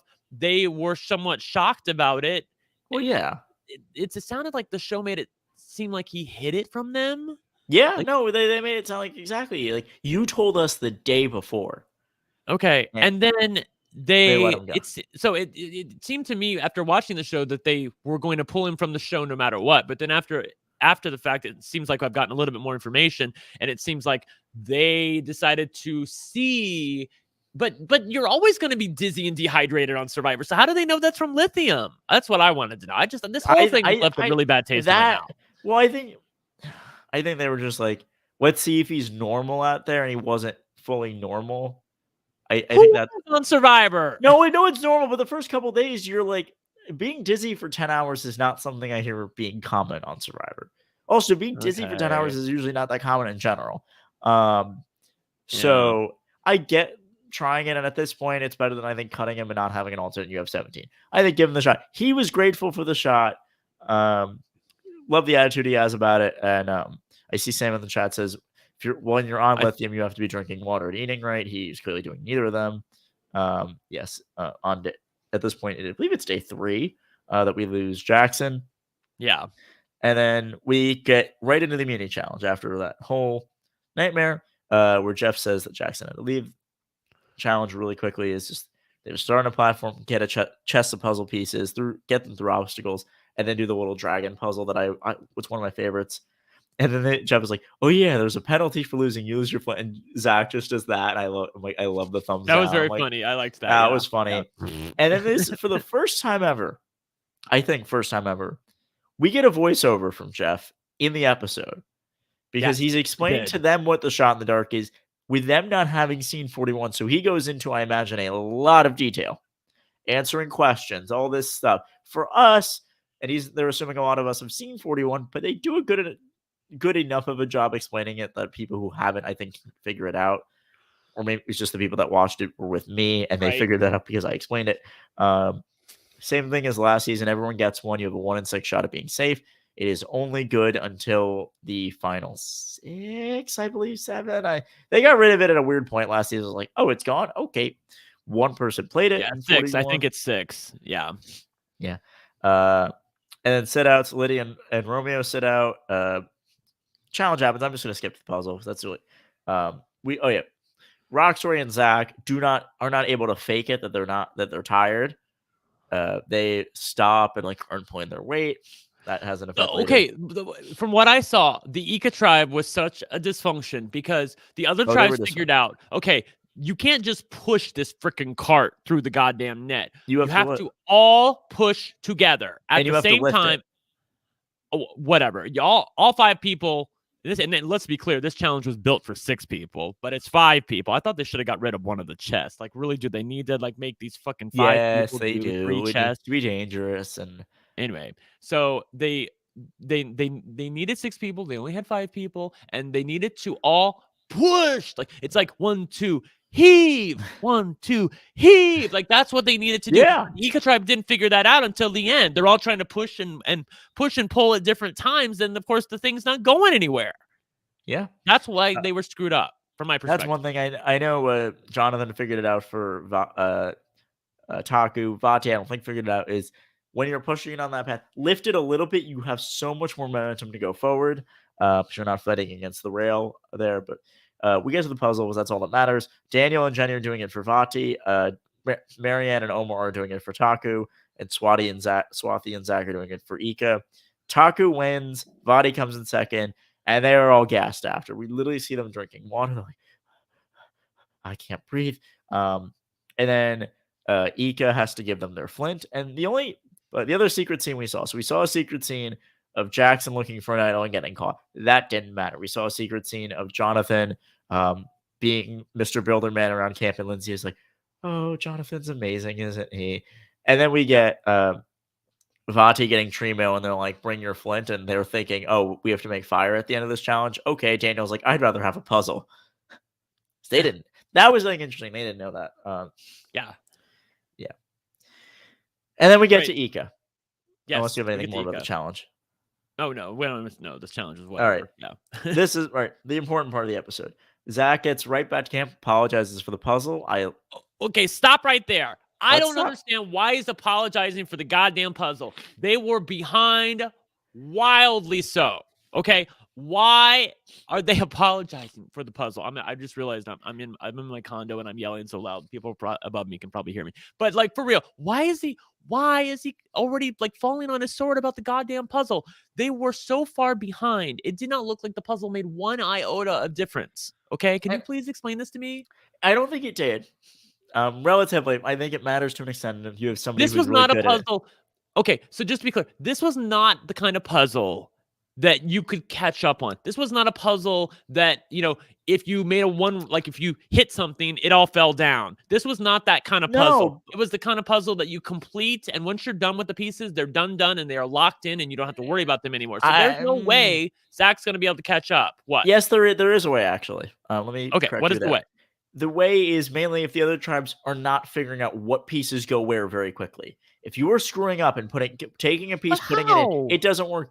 It's with the shapes and everything. It's like the bottom pieces they have in trunk number 1, the middle pieces they have in trunk number 2. Yes, but within that, especially they have them color coded too. Within the middle, I think it's hard, especially with the shape and everything. And like this piece is like a triangle, and then you have one that's like half a rectangle and this and that, and making sure they all fit. And they're all completely right. Because I believe it was Ika who had it wrong. One tribe had it wrong. Ika had it wrong. Ika had something wrong. So it's possible to have it wrong.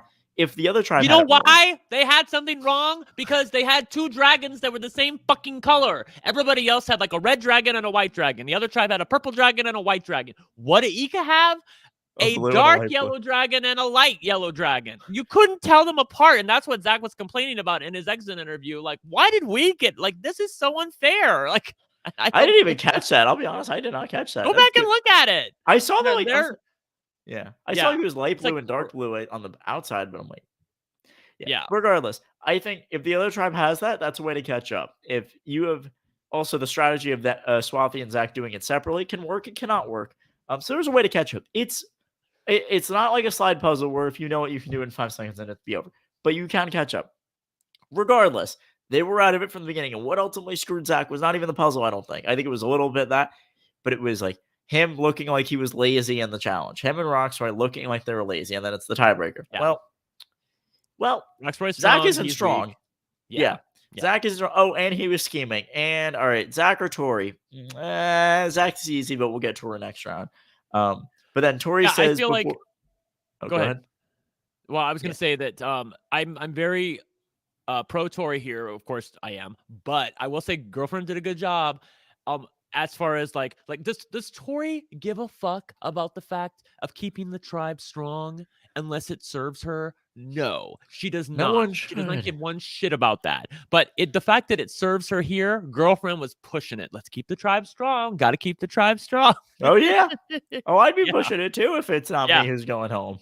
But Tori then says, before everyone goes off, let me clear the air because this will make the difference. I don't have the idol, which is another thing I think of her overplaying. It's like it can work, but it also be like if you're saying that, I'm like, oh, you have to have the idol if you're saying that.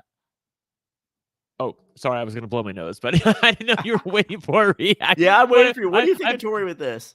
I've been blowing my nose throughout this podcast, but I keep muting when Alex is talking so that I can do it quietly over here in my corner. But yes, I was getting ready to mute, and all of a sudden he asked me a question or said a leading statement that I was. Sorry, I know the allergies are tough. It's okay. Okay.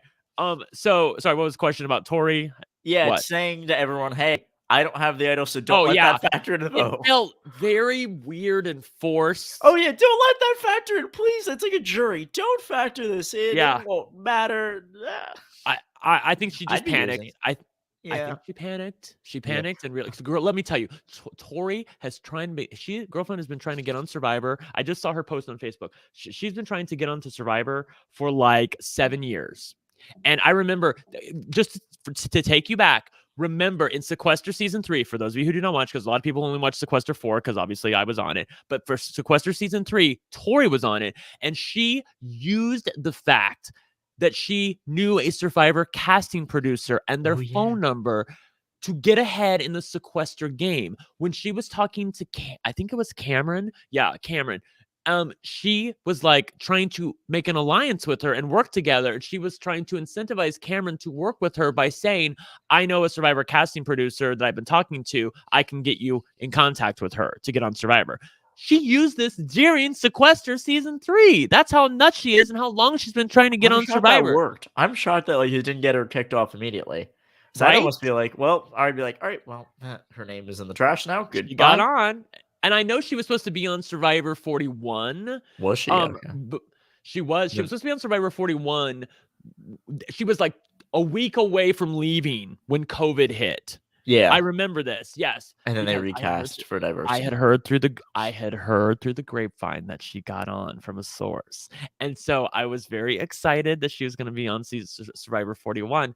And then, of course, COVID hit and changed the world. And then Black Lives Matter happened during COVID, and CBS started to recalibrate their casting. And honestly, I thought that you may not be on now because it's not going to be 16 white people no more. So, and Tori is like the whitest of the white. Like, she comes from freaking Oklahoma. Like I said, her smile and her face, it looks like she's a real estate agent. She could be a real estate agent. Yeah. Like, I thought there was a good chance she would get bounced. But it's such a nutcase that they kept her, and I'm so glad they did.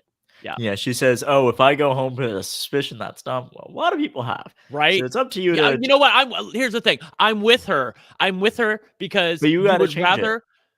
Okay, listen to me, Alex. If you are a person who is a fan of Survivor and you've been trying to get on forever, would you rather swing at the pitch and watch it Oh, of foul course. off, or would you rather watch it be strike 3 and you're out of the game? And I'm glad she swung and tried to do it. She didn't do it in a way that I think was very good. Yeah. But I think she can sleep better, because if she got voted off and she didn't say the thing about the idol and I don't have an idol, if she thought that was the reason she got voted off, she would never be able to forgive herself for not bringing this up. So I'm with her. I'm glad she brought it up. I'm with her on that. I don't like the thing at the beginning of saying I don't have an idol. I then like when she pulls Drea aside. I like that a lot. That was good. And then Romeo asks, like, who told Tori about the idol? None of them say anything. Zach is like, I know. He's like, well, I know Tori is not telling Drea how nice I am. She's throwing me under the bus very hard. And under that moment, I'd be like, oh, I'm in trouble. And then Tori and Drea talk about Roxway and Zach in the challenge. And they were, oh, let's get Roxway out. Which, to Drea's point, Tori, I get why you want to get rid of Roxway. Fine. Drea surprised me in that moment. I'd be like, I have a little bit of a thing with Roxway. Get him out next. Let me get Zach out now. Then Swathi is the one, oddly enough, who makes Romeo, I think, wake up. But then Swathi and Roxway talk about taking Zach out. She's like, oh, he did the puzzle. That's okay with me. Which is interesting, because if I'm Swathi, I get that perspective. But I also am thinking, don't I want to keep him in? Because if he is my scapegoat next time we have a puzzle, because then I don't have to do it. Or if we do it together and he loses, then I can blame him. Like he'd almost be like my meat shield in a way. Yeah. And I also think I could work with him. But she says, let's do the easy vote. Let's get rid of Zach. Drea pitches Roxway to Romeo. Romeo is like, I want Tori on because, well, out of all the people he's aligned with, Tori's not one of them. So he gets rid of Tori. Zach says he has no hard feelings with Tori. Okay. When you're saying that, that is the kiss of death. Oh, no hard feelings. Well, one of us are going home. Yeah. And then Romeo, the last bit we get is what? Did we talk about the Zach and Tori conversation where like Tori was rolling his eyes at her? And Tori's like, good job on the puzzle as he leaves. Yeah. Yeah, good job on the puzzle. Yeah. I love it when she's cunty. It's very fun. Yeah. I like the entertainment of that too. I do too. Then we get the last bit is Romeo talking to Roxway and Swathi, and he says he wants Tori, and Roxway puts a kibosh on that. Says no, he really did. We are getting Zach out, and if I'm Zach, I'm not realizing. Oh, Roxway's the one I need to be campaigning to. Yeah, it's so frustrating because Zach had a window here where I think I think it was the Know-It-Alls where I listened to this, where Steven was hypothesizing that maybe Zach brought it on himself, that it could have been the three of them plus Drea, because he instantly thought when Tori went off to talk to Drea that she was throwing Zach under the bus, but she was not throwing Zach under the bus. They weren't even talking about Zach, really. Drea wanted to get Roxroy out. That was his opportunity to get Roxroy out. The three of them plus Swathi. If the three of them went to Swathi and said, we want to get Roxroy out, I guarantee you she would have done it. She just wanted, a girlfriend wanted to survive. So I think it would have happened. Yeah, fuck Romeo. We don't need him. I like Romeo, but here's the thing. If I'm Zach, I get where he's coming from. I absolutely get it. I am 100% thinking I am getting thrown under the bus hard, and he was a little bit at the beginning, but then they go into the puzzle, and Dre is like, I want to throw Roxroy under the bus too. Great. We get to Tribal. We'll do this. We'll take a break, and then we'll go into the ratings right after. So we start, and this is another moment where this is me. This is me playing Survivor. Jeff lets Zach say the phrase that pays about fire representing your life, and when it's gone, so are you. He says that, and Jeff is just like, Zach, you want to say it? Just say it for me. And I love Zach getting to say it. And it's like, you know what? If he gets to go home. He said the phrase. I love that. That would be me out there. And then we start actual Tribal. Roxroy talks about living in the jungle without rice is tough, and that Survivor is real. Zach, I like that. I was waiting for the 90-second montage about the shelter building. Where was that? I know, right? I never saw that. Yeah. I mean, it's always the quick. I think what he means is the shelter building is really quick. It is very quick. That's very true. Oh my God. I'm here forever. Drea talks about tribe strength, which is interesting. And you know what? Good on her, because she is one of the stronger members. She knows her place. And it's well, let's talk about tribe strength. Let's get rid of Zach. Good job. Romeo. Did you find that annoying? It's annoying, but if I'm Drea, I get it. It's a good move on her part. I suppose it was very frustrating. So I'm this narcissistic. Zach followed me on Twitter from way back in the day. So he's a fan of reality TV just in Oh, general. he's a big fan. Okay. Yeah, he's a big fan. And so of course I was rooting for him. And then just, but I also didn't want it to be Tori either. And so then it's like, when it's like Zach or Tori, when Drea said, I want to do Roxroy, I was like, yes, girl. Yes. Let's do Roxroy. Yes. That is what we need to do. But then Romeo talked her out of it. I was so mad. Yeah. I wanted Tori, I'll be honest. It's like, I like them both, but I just love Zach. I know it's coming out, how much I love him, but I wanted him to survive, but he didn't. I wanted him to. He didn't play well enough. I'm sorry. He got into a bad spot and didn't dig himself out of it. He just dug a little deeper. But then Swathi, I did not like. I didn't like falling on a sword about the puzzle. I thought was a bad call. I can agree with you. It's worth a shot. Swathi says she would give up a pinky to not be a tribal, which I found very funny. That was so weird. And then Probst caught on to that and like talked more about it. Like, what if you had to give up 2 pinkies? Like, would that, like, if I cut off 2 pinkies, like what? Yeah. I don't want to talk about that. Probst, just shut up. Yeah, I didn't mind that as much, but okay. Zach says he thinks it's between him and Tori. Tori says, I'm strong and trustworthy. And Zach is rolling his eyes like, no, you are not. And this is where I'm like, Zach, good move, but also not. Because he says, she's not sure. Oh, I don't want to work with her. You don't say that. I'm sorry. On the off chance the both of you stay, you do not say, I don't want to work with you. I say, I like Tori. She's nice, but she did throw my name under the bus, so it's like a little tough. Something like that. I don't know. Am I overreacting here? Or was this just a I think you're overreacting because I think the writing Okay. was on the wall. He knew it was him. He knew he was going to do his shot in the dark. He knew the votes are coming to me, and it's because Tori threw me under the bus. That's what he thinks. That's all. That may not be the reason, but that's what he thinks. I agree with him trying to get Tori, but I don't like the line of "I don't want to work with you." That just to me is like. I mean, I think you know what, they're big people. If somehow, some way, both of them survived this round, I think they would have found a way to come together in the next episode and said, you know what, bygones are bygones. We're still here. Let's do something. Yeah. Okay. Tori has a funny line of quote, I'm just so mentally fatigued. I don't remember that happening. Is that sarcasm? Yes, it's sarcasm. And then Tori's like, yeah, I was alone for 10 minutes. That's a mistake, but everyone's looking for a reason, which is the right thing to say. But also, why were you alone for 10 minutes? Come on. Yeah. Don't put yourself in that position. But also, she does. It felt weird because it felt like she was trying to convince us at home that she was not looking for the idol. Like, how dare they? Like, they thought I was looking for I'm like, girl, you were looking for the idol. Like, why are you trying to gaslight us? Like, yeah, we know the tea. Like, you were looking for the idol. And we didn't even talk about the fact that in the first minute of the episode, they spoiled that it was gonna be Zach at the end because they showed Tori finding the Beware idol. Did you not see that at the beginning of the episode and in the promos for the season? Yeah, they showed it at the beginning of the episode when they showed it at the beginning of the episode, and they showed I remember it in the preview. I didn't realize it was her. I didn't like. Well, or maybe they showed somebody else finding the Beware idol, but I know they showed it in the promos for the season. They showed Tori finding the Beware idol. And since she hadn't done it yet, by the time she got the tribal council, it was obvious it was going to be Zach. Okay, I'm glad I forgot that. I'm glad I forgot that. I think a lot of people forgot that. But you know what? A lot of people on Twitter didn't. I'll say that. Yeah.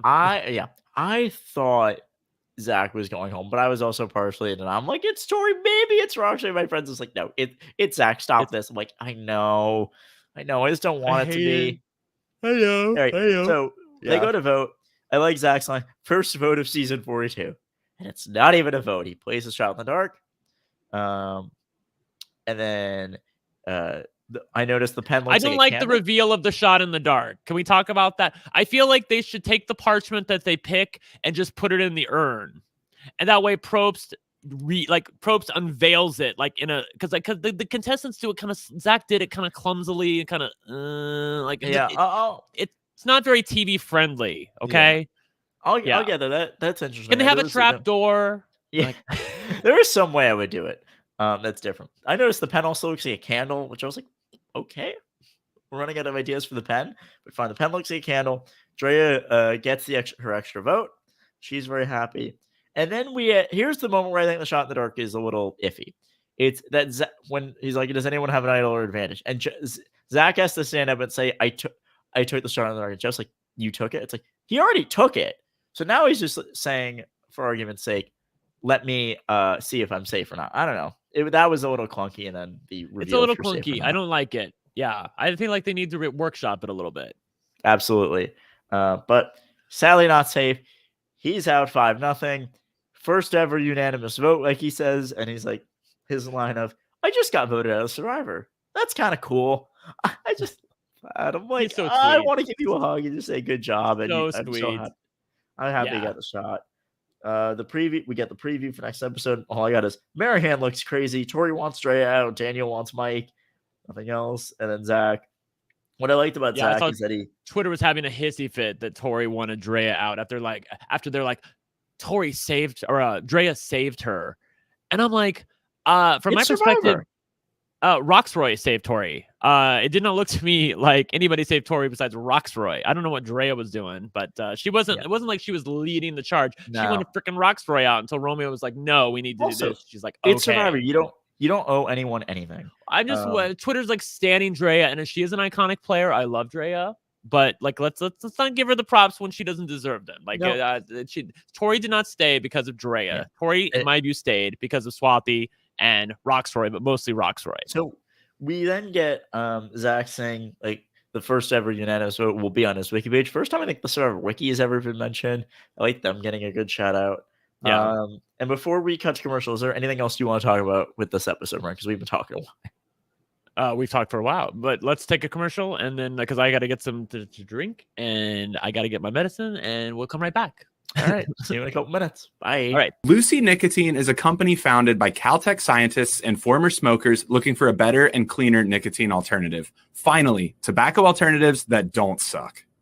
Researched and developed for 3 years to be made for people, not patients. Lucy has created a nicotine gum with 4 milligrams of nicotine that comes in 3 flavors: wintergreen, cinnamon, and pomegranate. Lucy also has a lozenge with 4 milligrams of nicotine in cherry ice flavor. Each and every flavor actually tastes great, and it's convenient and discreet. Products can be enjoyed anywhere, on flights, at work, on the go, or even in the gym.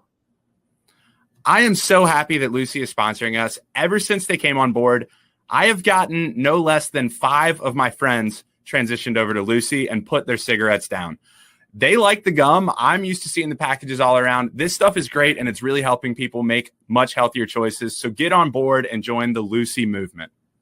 Hey, it's 2021. Get rid of your cigarettes, unplug your vape, throw out your dip, and get some Lucy nicotine gum or lozenges. This is the real deal. A subscription to Lucy comes directly to your door each month. It's so simple that you don't even have to leave your house because Lucy has delivery down. Reality NSFW listeners, go to lucy.co and use promo code SURVIVOR to get 20% off all products, including gum or lozenges. That's lucy.co and use promo code SURVIVOR at checkout. Also, I have to give this disclaimer. Warning, this product contains nicotine derived from tobacco. Nicotine is an addictive chemical. That's lucy.co, and be sure to use that promo code SURVIVOR. This episode of Reality NSFW is sponsored by Blue Chew. Say it with us, Blue Chew. Blue Chew is making waves and bringing more confidence to the bedroom by offering chewable tablets that can help men get stronger and longer lasting erections. That's right, we're giving away super hard dicks. Blue Chew is a unique online service that delivers the same active ingredients as Viagra and Cialis, but in chewable form and at a fraction of the cost. Blue Chew's tablets help men achieve harder, stronger erections to combat all forms of ED. Blue Chew is an online prescription service, so no visits to the doctor offices, no awkward conversations, and no waiting in line at the pharmacy. And it ships right to your door in a discreet package. The process is simple. Sign up at BlueChew.com, consult with one of their licensed medical providers, and once you're approved, you'll receive your prescription within days. And the best part, it's all done online. Blue Chew's licensed medical providers work with you to find the right ingredient and strength for your prescription. Don't like swallowing pills? No problem here. Blue Chew's sildenafil and tadalafil tablets are chewable. Blue Chew's tablets are made in the USA and they prepare and ship direct, so it's cheaper than a pharmacy. Hey, if you're looking to give that immunity idol to someone, or you don't want to be voted out of a crater, don't worry, Blue Chew's got you covered. So if you could benefit from extra confidence when it's time to perform, visit BlueChew.com for more details and important safety information. And we've got a special deal for our listeners. Try Blue Chew free when you use promo code SURVIVOR at checkout. Just pay $5 shipping. That's Blue Chew, BlueChew.com, promo code SURVIVOR to receive your first month free. And we thank Blue Chew for sponsoring the podcast. We're all trying to eat better, but healthy breakfast doesn't have to be boring. Magic Spoon has the amazing flavors you love, but without all the bad stuff. And it's amazing as a midnight snack right before bed. 0 grams of sugar, 13 to 14 grams of protein, and only 4 net grams of carbs in each serving. That's only 140 calories per serving. It's keto-friendly, gluten-free, grain-free, soy-free, and low-carb. And build your own box. Available flavors to build your very own custom bundle are cocoa, fruity, frosted, peanut butter, blueberry, cinnamon, cookies and cream, and my favorite, maple waffle. Now, Magic Spoon recently brought back their 2 super popular flavors, cookies and cream and maple waffle. Thank goodness, but they're back permanently. And when these flavors were first introduced for a limited time, they sold out extremely quickly. Now, I'm here to let you know you can get them again or try them for the first time. Why? Because they're delicious and indulgent. Johnny, Magic Spoon has so many great flavors that I really enjoy, and even my kids enjoy them. We have the cocoa, fruity frosted, peanut butter. All these are really great combinations. They enjoy waking up in the morning and getting some Magic Spoon right off to start their day great before they head off to school. I think everybody listening should give Magic Spoon a try, or if you've tried them already, it's time to reorder. Let's get you some more Magic Spoon and get your day started right. Hey, when I finish a podcast late at night, the first thing I'm thinking is not sleep. It's let me grab a delicious bowl of Magic Spoon before I go to bed. So go to magicspoon.com/survivor to grab a custom bundle of cereal and try it today. And be sure to use our promo code SURVIVOR at checkout to save $5 off your order. And Magic Spoon is so confident in their product, it's backed with a 100% happiness guarantee. So if you don't like it for any reason, they'll refund your money, no questions asked. Remember to get your next delicious bowl of guilt-free cereal at magicspoon.com/survivor and use the code SURVIVOR to save $5 off. Thank you, Magic Spoon, for sponsoring this podcast. All right, we are back after that wonderful commercial break. Are you ready to rate some players and roast them, Brent? Yeah, let's go. All right, let's do this. I will say that I don't really know. Like, the Ika tribe is going to be very easy. Like half the other people, I don't even know who the fuck they are yet, though. So how am I going to rate these people? It makes it interesting. Yeah. All right, all right. So let's start with the tribe that didn't lose anyway. Let's go to Vadi, and starting off with Chanel. I'll start with her. I gave her a 6. So the way I do it, I have everyone pretty much in the middle at a 5, and then I bring them up or down based on their gameplay of the week, how they've done, and also how their track record for the whole season looks. So Chanel was my winner pick. I will disclose that. Okay, cool. All right. I know. I think she's really, really capable. We didn't get much from her. She's working with Daniel, and the reason I give her a 6 is that she's working with someone who's a bigger target than she is. Give her that credit. We don't have much else from her. She seems likable and fitting in. I don't know. What else? What do you have, Brent? I'm just going to say, look, I love the fact that she recognized I got to get my shit together. It looks like there's a pair over here. It looks like there's a pair over here. I need to grab Daniel and get what's going on. Like, I mean, like, at least she did that. Like, there are people who come on Survivor who would totally be unaware of what's happening or not even care what's happening or panic about it. I love the fact that even if she doesn't have a lot in common with Daniel, she's like, you know what? We're going to be together. Also, where's Daniel from, by the way? Do we know? I believe somewhere in Ohio, somewhere in the Midwest, I believe. Is he really? Oh, I think. I live in Ohio. Okay, cool. Oh, go ahead. We'll I thought get, he's from New York for some reason. Okay, go I ahead. don't know. We'll get. Okay. What's your rating for Chanel? I give her a 6 as well. That sounds fair. All right.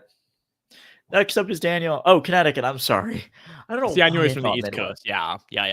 Midwest. I don't know why I thought Midwest, but why don't you start with Daniel?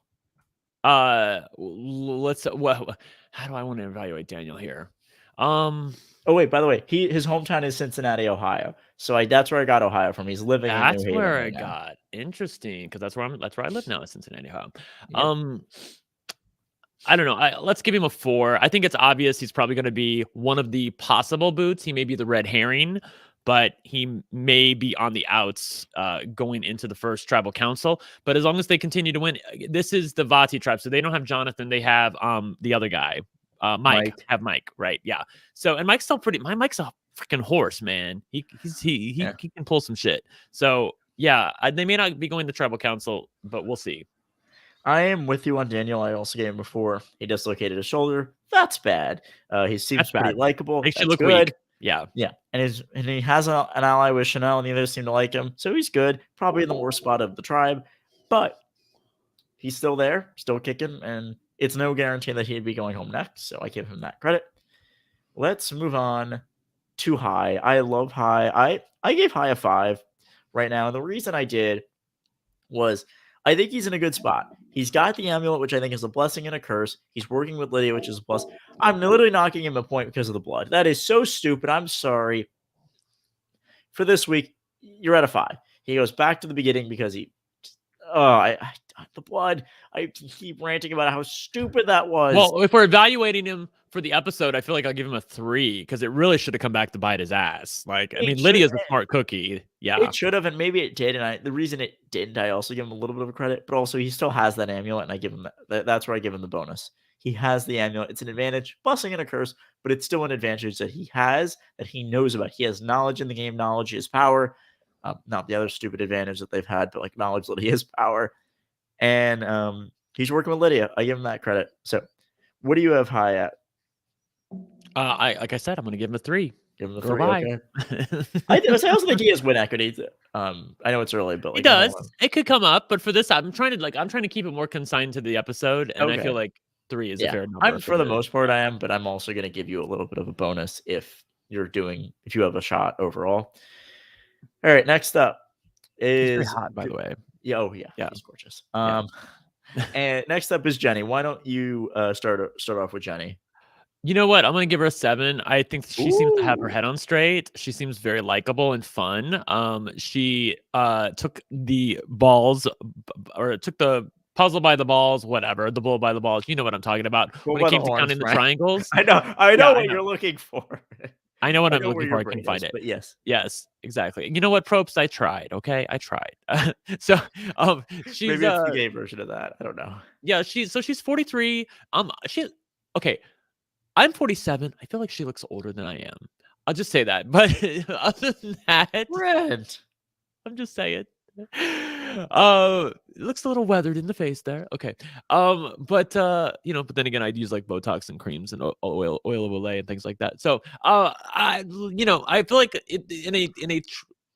in a cast of these people, I would rather her be a little less like the mom and more like your buddy. And I feel like it's a little momish right now. Hopefully it doesn't stay that way. Like I said, I give her all the props in the world for going for the puzzle and nailing it, because if she got it wrong, she would look like a dud. She would really been on the outs from people, I feel like. But she got it. And I was very, very psyched about that shit. So I'll give her a 7. It was very, very hot. All right, I'm at a 6 with Jenny. Jenny is typically the person that you see a lot of the time is first boot of a tribe. The older woman, she's 43. She, like you said, looks a little bit older, has kids, is a little motherly, but she took the puzzle and aced it. Absolutely aced it. They're all like, Jenny, you do it. She did it. She did well in the immunity challenge as well. She's getting along with Mike, especially.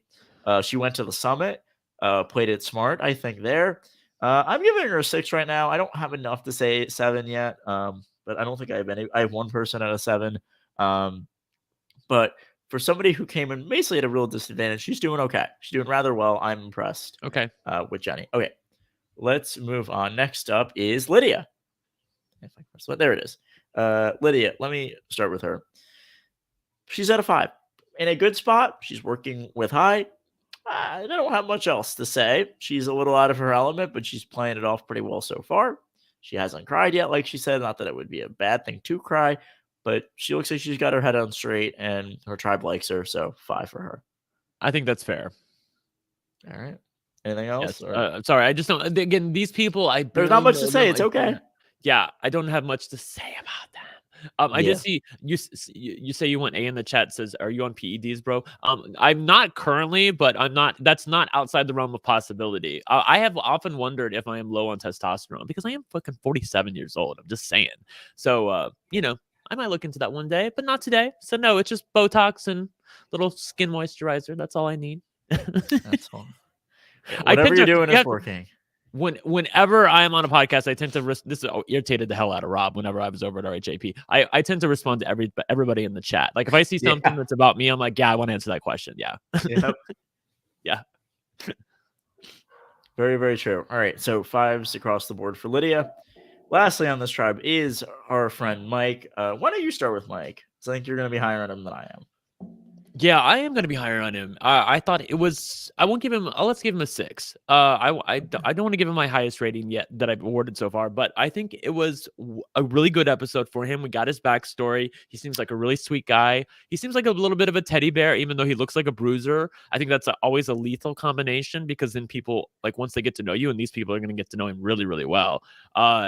They're just not going to be afraid of him. So I feel like that his softer side is going to come out, and hopefully his competitive side comes out too, and he can do a little bit better in this game. I feel like the way Survivor is set up right now, it's friendly to kind of alpha males like himself. So, we'll see. But I feel relatively good about him.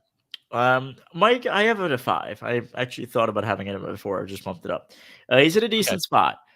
Decent spot with his tribe. He's adapting. He knows he has to, and he's working on it. He's tight with Jenny. I think that's going to help him a lot. But here's the thing. He's also the oldest person on the cast. That is never a good thing. Never a good thing. He's in great shape, though. He's helping his tribe. So far, so good, but I don't know his long-lasting potential. We'll see. And I hope he does well. I love Mike. I one day would love to run into him on the street because my city is a square mile literally altogether. So you never know. But, all right. Let's get to the tribe where a little bit happened, and that is Taco. Yes. Taku lost Jackson. We're not going to bother with him for rating. But let's start with Jonathan. 4. 4.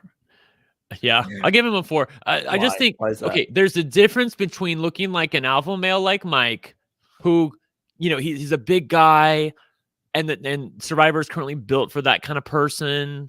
But when you look like Jonathan, and you're just an absolute brick shit house, okay? There's no way that people are going to let you get far in the game. I just, if he makes it past the 3rd vote of the merge, I'll be absolutely stunned.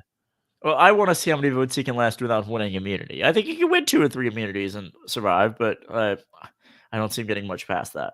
I have Jonathan at a 5, and that was me being generous. Okay. He's a big asset to his tribe right now. He's playing the game decently well. They like him. Lindsay especially likes him. You're not getting rid of him yet. He's at a 5 for me. No harm done, really, either way. I thought let's talk about the person that really likes him a lot, and that's Lindsay, one of our second New Jerseyan on the cast. I have her at a 6. She did the triangle puzzle. Good on her. She did not take any blood in the opening challenge, quite literally. Also smart on her. And she has the amulet. So overall, she's at a decent spot. She has an advantage that no one knows about. And contributed positively to her tribe. So, what do you have to say about Lindsay, Brent? This is the person I know the least about. Really? 5. Yeah, I mean, from my perspective, yeah. I mean, I know she contributed, but I still feel, from my perspective, as far as the tribal dynamics and herself personally, I don't know much about her. Right. Well, so what? Go ahead, enlighten me. Our next person, I think you're going to know less about. I really do. I think because we had Lindsay with the amulet, at least we had something from Lindsay. Yeah. The person we had next to nothing about is Mariah. Why don't you go in with Mariah? What do you know about her, and what's your rating for her? Oh my God, she's from Noblesville? That's hilarious. I used my old dentist. He's from Noblesville, Indiana. When I lived in Louisville for like 15 years, and like Noblesville's like a hop, skip, and a jump away from Noblesville, Indiana. It's so amazing that she's on, and she's she's my age. Oh my God, she's 47. Okay, she looks good. I'll give her that. All right. She doesn't look like Jenny. Like she doesn't look. She's she doesn't 4 look years older than weathered. Jenny. Yeah. I know she's older. She looks younger though. She looks good. Yep. Okay. All right. So what do you have for Mariah? Wow. Let's see. So to be clear, she was the one who did the stick flint thing at the beginning, right? And failed. Yes. And failed miserably. Yes. Yes. I'll give her a 4 for the episode. Let's say a 4. I'm with her. I'll give her a 4. I'm with you at a 4. We didn't get much from her. She's the oldest one on her tribe, which is not a good thing. Ooh, is she? Yeah, she's by far the oldest because Jonathan is young, Lindsay is young, Marianne is really young, and Omar is in his 30s, I believe. Okay. Out of the people left, she is the oldest, and I believe she was older than Jackson anyway. Regardless, out of the people, and she failed at the sticks. So 4 for her. And main reason being, I think she's gone next if they lose. We don't have much to say otherwise, but that's where it's looking. All right, next up is our lovely Marianne, one of our few, I believe, 3 Canadians on the cast. I'm giving her a 5. She's high strung, but she's likable. She's got an extra vote in her pocket. She did well at the puzzle. She's a breath of fresh air. I think she may become a little bit too energetic for some people at some point. She's not there yet. Doing well. I have her at a 5. What do you have her, Brent? I'll give her a 6. She's fantastic. I can't physically give her a 5. So I'll give her a 6. It's more to the good than the bad. I still am worried because, like I said, I feel like if we know how fabulous she is, that they will know how fabulous she is. But I'm hoping the newness of Survivor sort of wears off for Marianne over the next episode. Yeah, I would like it too. And it's like she can just calm the fuck down and just be chill. And like, yeah, you're on Survivor, but it's just Survivor. Like, come on. Like, get used to it. Survivor, I'll say this. Survivor's never felt more real to me than when I watched Tori on Survivor. Because like, I'm like, I've talked with Tori. I've shook hands with Tori. I've hugged Tori. Like, and then she's there. She's on the show. Like, she's competing with everybody else. That just boggles my mind. Okay. So yeah. I'm hoping that Marianne can figure that out sooner than later. Yep. All right. Lastly on the Taki tribe is the guy I love. I love Omar. Why don't you start with Omar? Omar's very fun. Yeah. Oh, he's also Canadian. From Canada. I didn't know that. So, I'm glad you have these graphics up. Yeah. I want to thank Cody Giroux for making them. I stole them from him. Thank you. Okay. But yes, I have used them and manipulated them for my purpose. Omar seems like he has his head on straight. He seems like he understands why he's there. He is already kind of plotting and scheming a little bit. And he has a set strategy about what he wants to do and how he wants to appear to people. I'll give him a 6. He seems perfectly fine. Once again, we are in agreement. I have Omar at a 6 as well. He did the triangle puzzle. He's in a good spot. I don't have much else to say about him. I think him and Jackson got along well, so him losing Jackson is probably not great for him. But there aren't many people who seem like it was great for. So that's where we are with Omar. Let's get to the tribe that had action. The one that went to tribal. That's Ika. And let's start with Drea. Drea is my highest score. I gave her a 7. The only person I've given a 7. This tribe features my highest score and lowest, as you've seen with everyone else. I've given everybody else a 4, 5, or 6 because they're all kind of in the middle. Drea's at a 7. She's in an alliance. The only alliance that is really remaining. She's getting fed information. That is such a big thing to me that she's getting told information. But when Tori told her about Zach, all that stuff. And then she has the amulet. And she has an extra vote. She has things, and I also think she's got a really good head on her shoulders. She knows what she's doing. She may have to tone herself down at a point, but she's strong. She is so strong in that tribe. She is the strongest one in that tribe, I will say. And she's playing the game well, I think. I'm very, very happy with Drea so far. Yeah. And that's where I'm at a 7. What about you? I mean, I'll give her an 8. She was fantastic. Ooh. And again, Twitter was having a heyday because they're like, oh, I can't believe Tori's coming for Drea in the next episode. We hate Tori even more. But I'm like, you're just looking for a reason. That's true. People. Number 1. But number 2, I don't think anybody's coming for Drea anytime soon. Unless she lets it be known that she's got not one but two advantages. Maybe that would do it. But you know what? The first one isn't even an advantage right now. She can't use it for anything.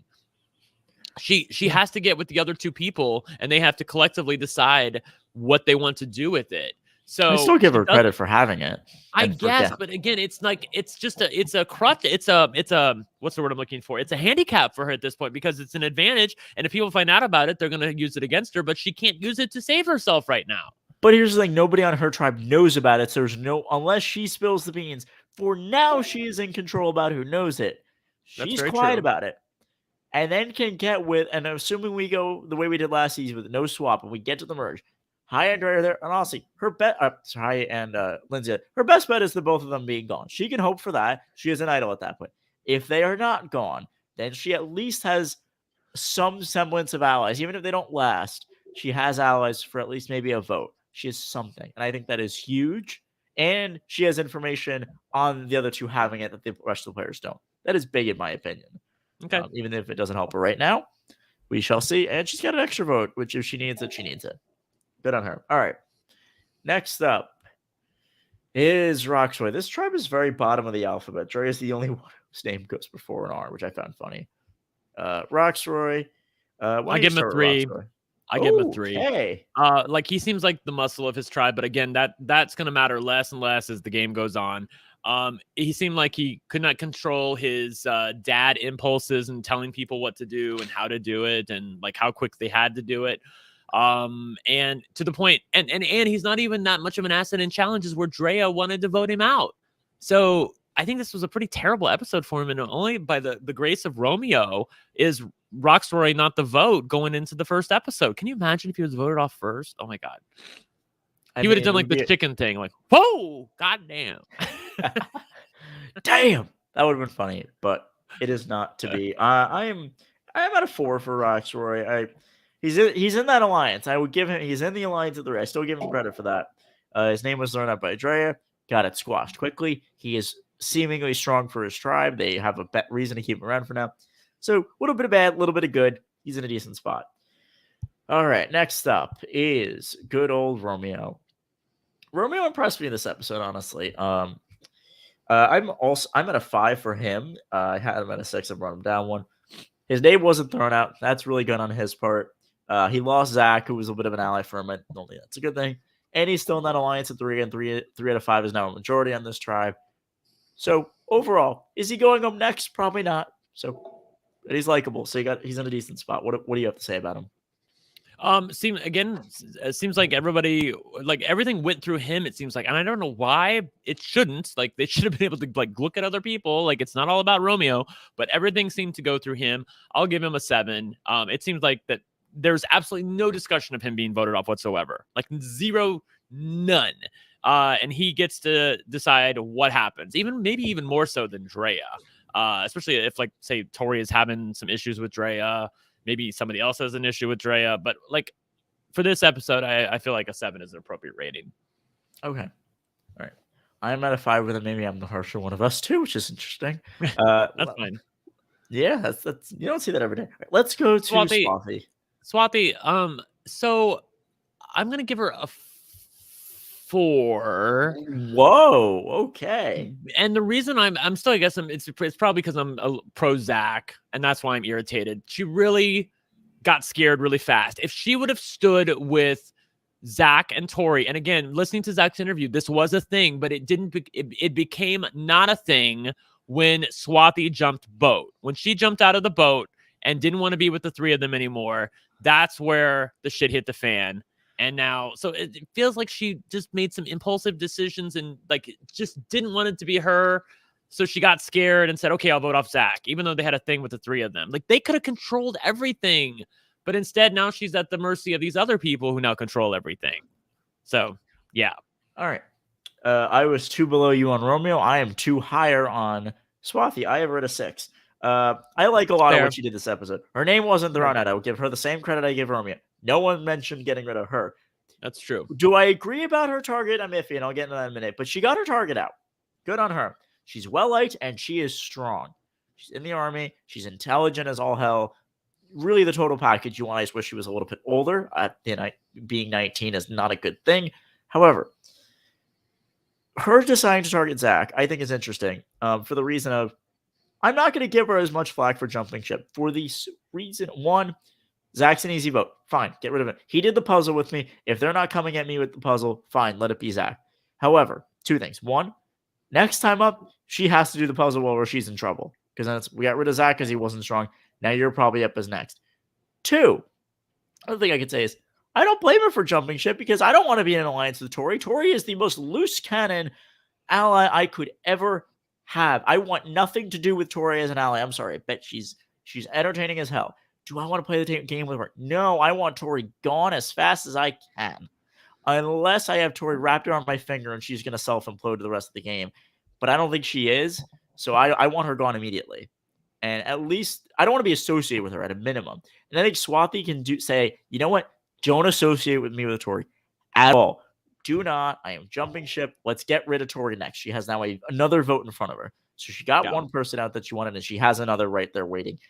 Then she's in an interesting spot, but I think she's okay for now, and I would trust her to be able to maneuver out of that if the time comes. All right.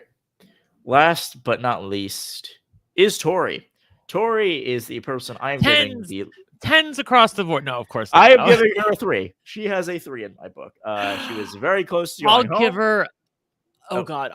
Tori, I love you, but I'm going to give her a 2. Okay.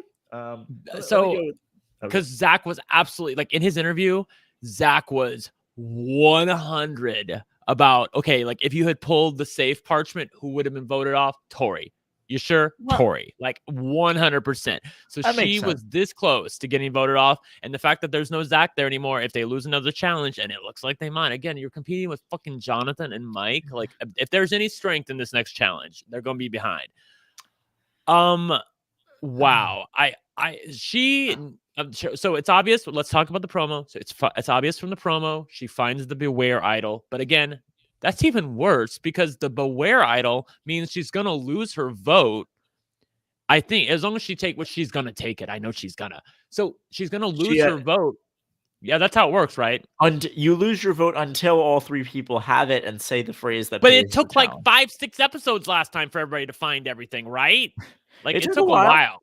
We don't know how long it'll take this season. We'll see. And the phrases are true. Maybe all of them will find it this next episode, and she'll have an active idol. I don't know. All right. But again, for right now, it's. I'm sure they're showing in the next episode. She's gonna find the Beware idol. She's gonna lose her vote, and she's not gonna have protection. So now there's only 4 votes now on that tribe. Yeah.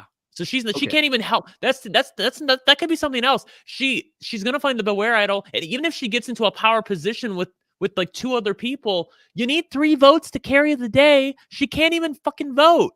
So that's gonna make a difference.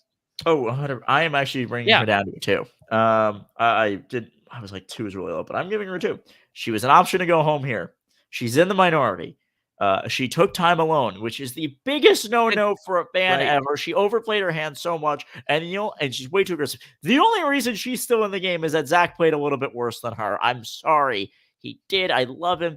If Zach had maybe like shown more in the challenge, I honestly think that's a big part of it. He showed a little bit more in the challenge, and he was a little bit more. Honestly, if he didn't talk to Tori, I think him talking to Tori about Drea and saying Drea's throwing her name out there. I think if he doesn't do that, he's probably still in the game as well. Tori's gone. Tori is gone next. And honestly, I don't see this tribe winning, so I very well could see her as the second boot, third boot, second vote, whatever. Yeah, she's not playing this game well. I'm sorry. She stinks at it right now. She really stinks at it right now. I would give her a 1 if she was like in a little bit more dead. Like if she goes next episode, finds the Beware idol, and survives and like doesn't go to trouble, she's at a 1 for me. She needs to really flip things around and flip it around fast. We'll see what happens because it just seems like it is so 4-on-1. It is so 4-on-1. I don't know who she gets to work with her. I mean, you know what? I'll say this. The thing about Survivor is that people get bored. And if it's so obvious that Tori's the vote, I can see them getting bored and being like, you know, Roxroy's really been annoying the shit out of me. And Drea's pretty powerful right now, isn't she? Like, I'm just saying. Could Romeo and Swathi carry the day? Who knows? We'll see. Yeah. We shall see. Is there anything else you want to say about the episode before we wrap up? As someone who didn't watch most of Survivor 41, I really enjoyed this premiere. I was very annoyed about what happened with Jackson. Again, but I don't have all the information. I was sort of annoyed with people who are like, there were some people who were mad at Probst on Twitter because they were like, well, even though he didn't say exactly what the medical situation was, he basically did. But to me, Jackson put that on Probst. Like, Probst had to talk to him about it. And you're on the show. They have to talk to you about it on camera. We're fans of the show. Right. You're on a show. We need some resolution of what the fuck just happened. I think you can do it without saying the drug's name, but I think Jackson was okay with saying the drug's name. He kind of mentioned it. Probst was trying to tip down her. I give Probst shit a lot. He doesn't deserve it there. I thought he handled that situation with grace, with class. I concur. Overall, he did a very good job. Yeah. All right, I have one. Who's your winner pick? Who is winning this game, Brent Wolgamott? I'm laughing because Josh says that a piece of driftwood can beat Tori in the final two. I don't think that's true. I'll just say this. I agree with when Tori almost got voted off in the first episode of Sequester Season 3 and went all the way to the final 5 and probably should have won the game. And if she had gotten to the final 2, she would have won. I'll just say that. Okay. Now, Survivor is not Sequester. They have all the comforts of home in Sequester, and they don't on Survivor. And this is definitely a little bit more bigger. Can I even speak English today? It's a little bigger when you're playing for $1 million as opposed to $2,500. But still, I would not count her out yet. It's very, very early. And I will also say that when she when she Instagrammed and Facebooked about the first episode, Tori said, the first episode of Survivor's out, blah, blah, blah, blah, blah. And in case you all didn't understand, or in case you all didn't know after watching the first episode, it's going to be a long and wild ride or something like that. And I'm like, Or no, I'm not sure she said long. She said a wild ride. Oh, so that doesn't sound to me like she's getting voted off in the next episode. So I'm not going to buy anything of that. They can say what they want. They can say whatever they want. I would say it's a wild ride if I was saying. I heard she came back very thin. I'll just say that.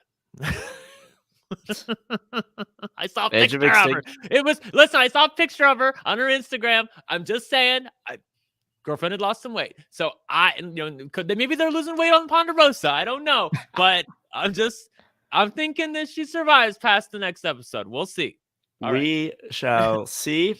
I don't know, but can she survive if this tribe doesn't lose? Yes. If they lose, I think she's a goner. I think she needs time. If this tribe goes on a winning streak, she's maybe okay. They need to win the next challenge. If they win the next challenge, I feel like she can make a run. Because if they win the next challenge, that gives more time for other people to find the other Beware idols. And if everybody finds them by, say, episode 3, then she has an active idol. She's protected. She can whip up something there. And then now all of a sudden they're down to 4. And then maybe there's a switch. Like, she can make a run. She can make a run, but right now, I admit, things look dire. Yes. Are you listening? Oh, sorry. Alex? I'm having an issue hearing you. Oh, what's your issue? There we go. Okay, we're good. I'm like, I thought I was panicking. I was like, are we? No, I'm sorry. I was like, keep talking. I hope you keep talking. Okay. I didn't hear the end of what you said, but I got the gist of it. Okay. Yeah, I think Tori can make a run, is what I'm saying. Absolutely, yes. I agree with you. Can she win the game? I really doubt it. She is one of the only people that I could feel like I could say after episode 1 has almost no shot. I think Jonathan is the other person for the reason of Jonathan's strategy is to win every challenge. If that doesn't change, he doesn't win this game. I'm iffy on the both of them. However, it's Survivor. We've had 40. This is our 42nd season, plus international. You never know. Anything can happen. Anything can happen. All right, Brent, anything more you want to say about the episode before we close? I'm good. You're good? Yes. Good. Because I am good too. It's been a fun 2.5-hour ride with you. Let me just do some plugs really quick. Brent is on Twitter at OneLuckyGay. I am at Alex M. Rubino. If you want to become a patron of Reality NSFW, do it at adfreeNSFW.com. If you want t-shirts and a phone call from Johnny Fairplay, do that at JohnnyFairplay.com. next week, tomorrow, first off, one more podcast about Survivor 42. My friends and amazing podcasters, Lauren Pratt and Sarah Serrard, are going to be doing a Survivor Ladies Night podcast every Monday night, so go check that out. Wednesday night, Johnny and Matt, I believe, will be back doing the after show right after episode 2 airs. And then next week, I will be back, likely with my friend Dan Monshall and a guest to be determined, doing the deep dive once again. Brent, are you and Bobby doing Big Brother Canada this Wednesday night? We're gonna have to work it out though, because I didn't realize this until we started. So we started last week when there was no Survivor, and it didn't, like, sometimes something's happening and something else is happening and you don't realize that they're both happening at the same time. Yeah. So last season, when I first, I started with Bobby a year ago, and BB Can wasn't here. I mean, Survivor wasn't here. I'm sorry. BB Can wasn't here, or BB Can was here during when I first, and Survivor wasn't. That's the thing. Yes, exactly.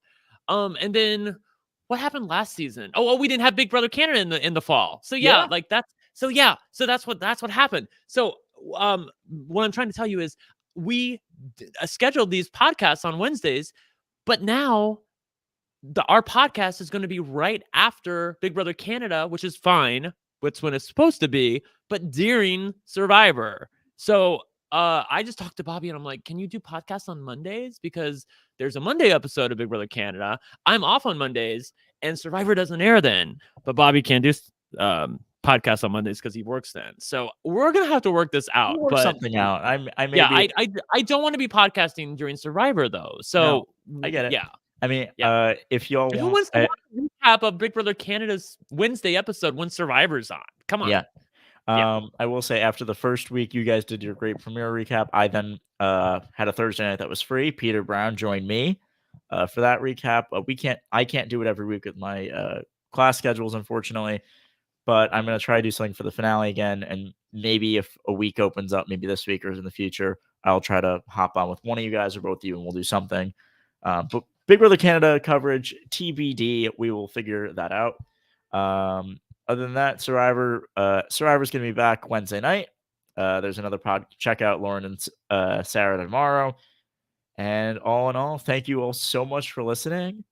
Thank you, Brent, again. You are wonderful. I have so much fun talking to you. This has been I have so much fun talking to you. This was perfect because this saved me from getting involved in some sequester drama on Twitter because it's all over Twitter right now. And I swear to God, if I had not been on this podcast, I would have gone into the Twitter Spaces discussion, which is happening right now, and yelled at some bitches. And there would have been some shit would have went down. I'm telling you. But I have calmed down now.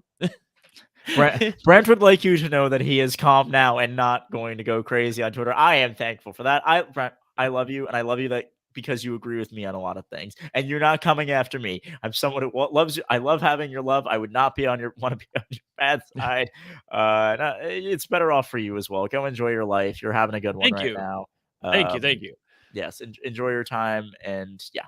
And all right, we got to have you back again. This was so much fun. Thank you very much. Always great to be here. Much. All right. Have a good one, everyone. Bye-bye. And for more Reality NSFW content, visit adfreensfw.com.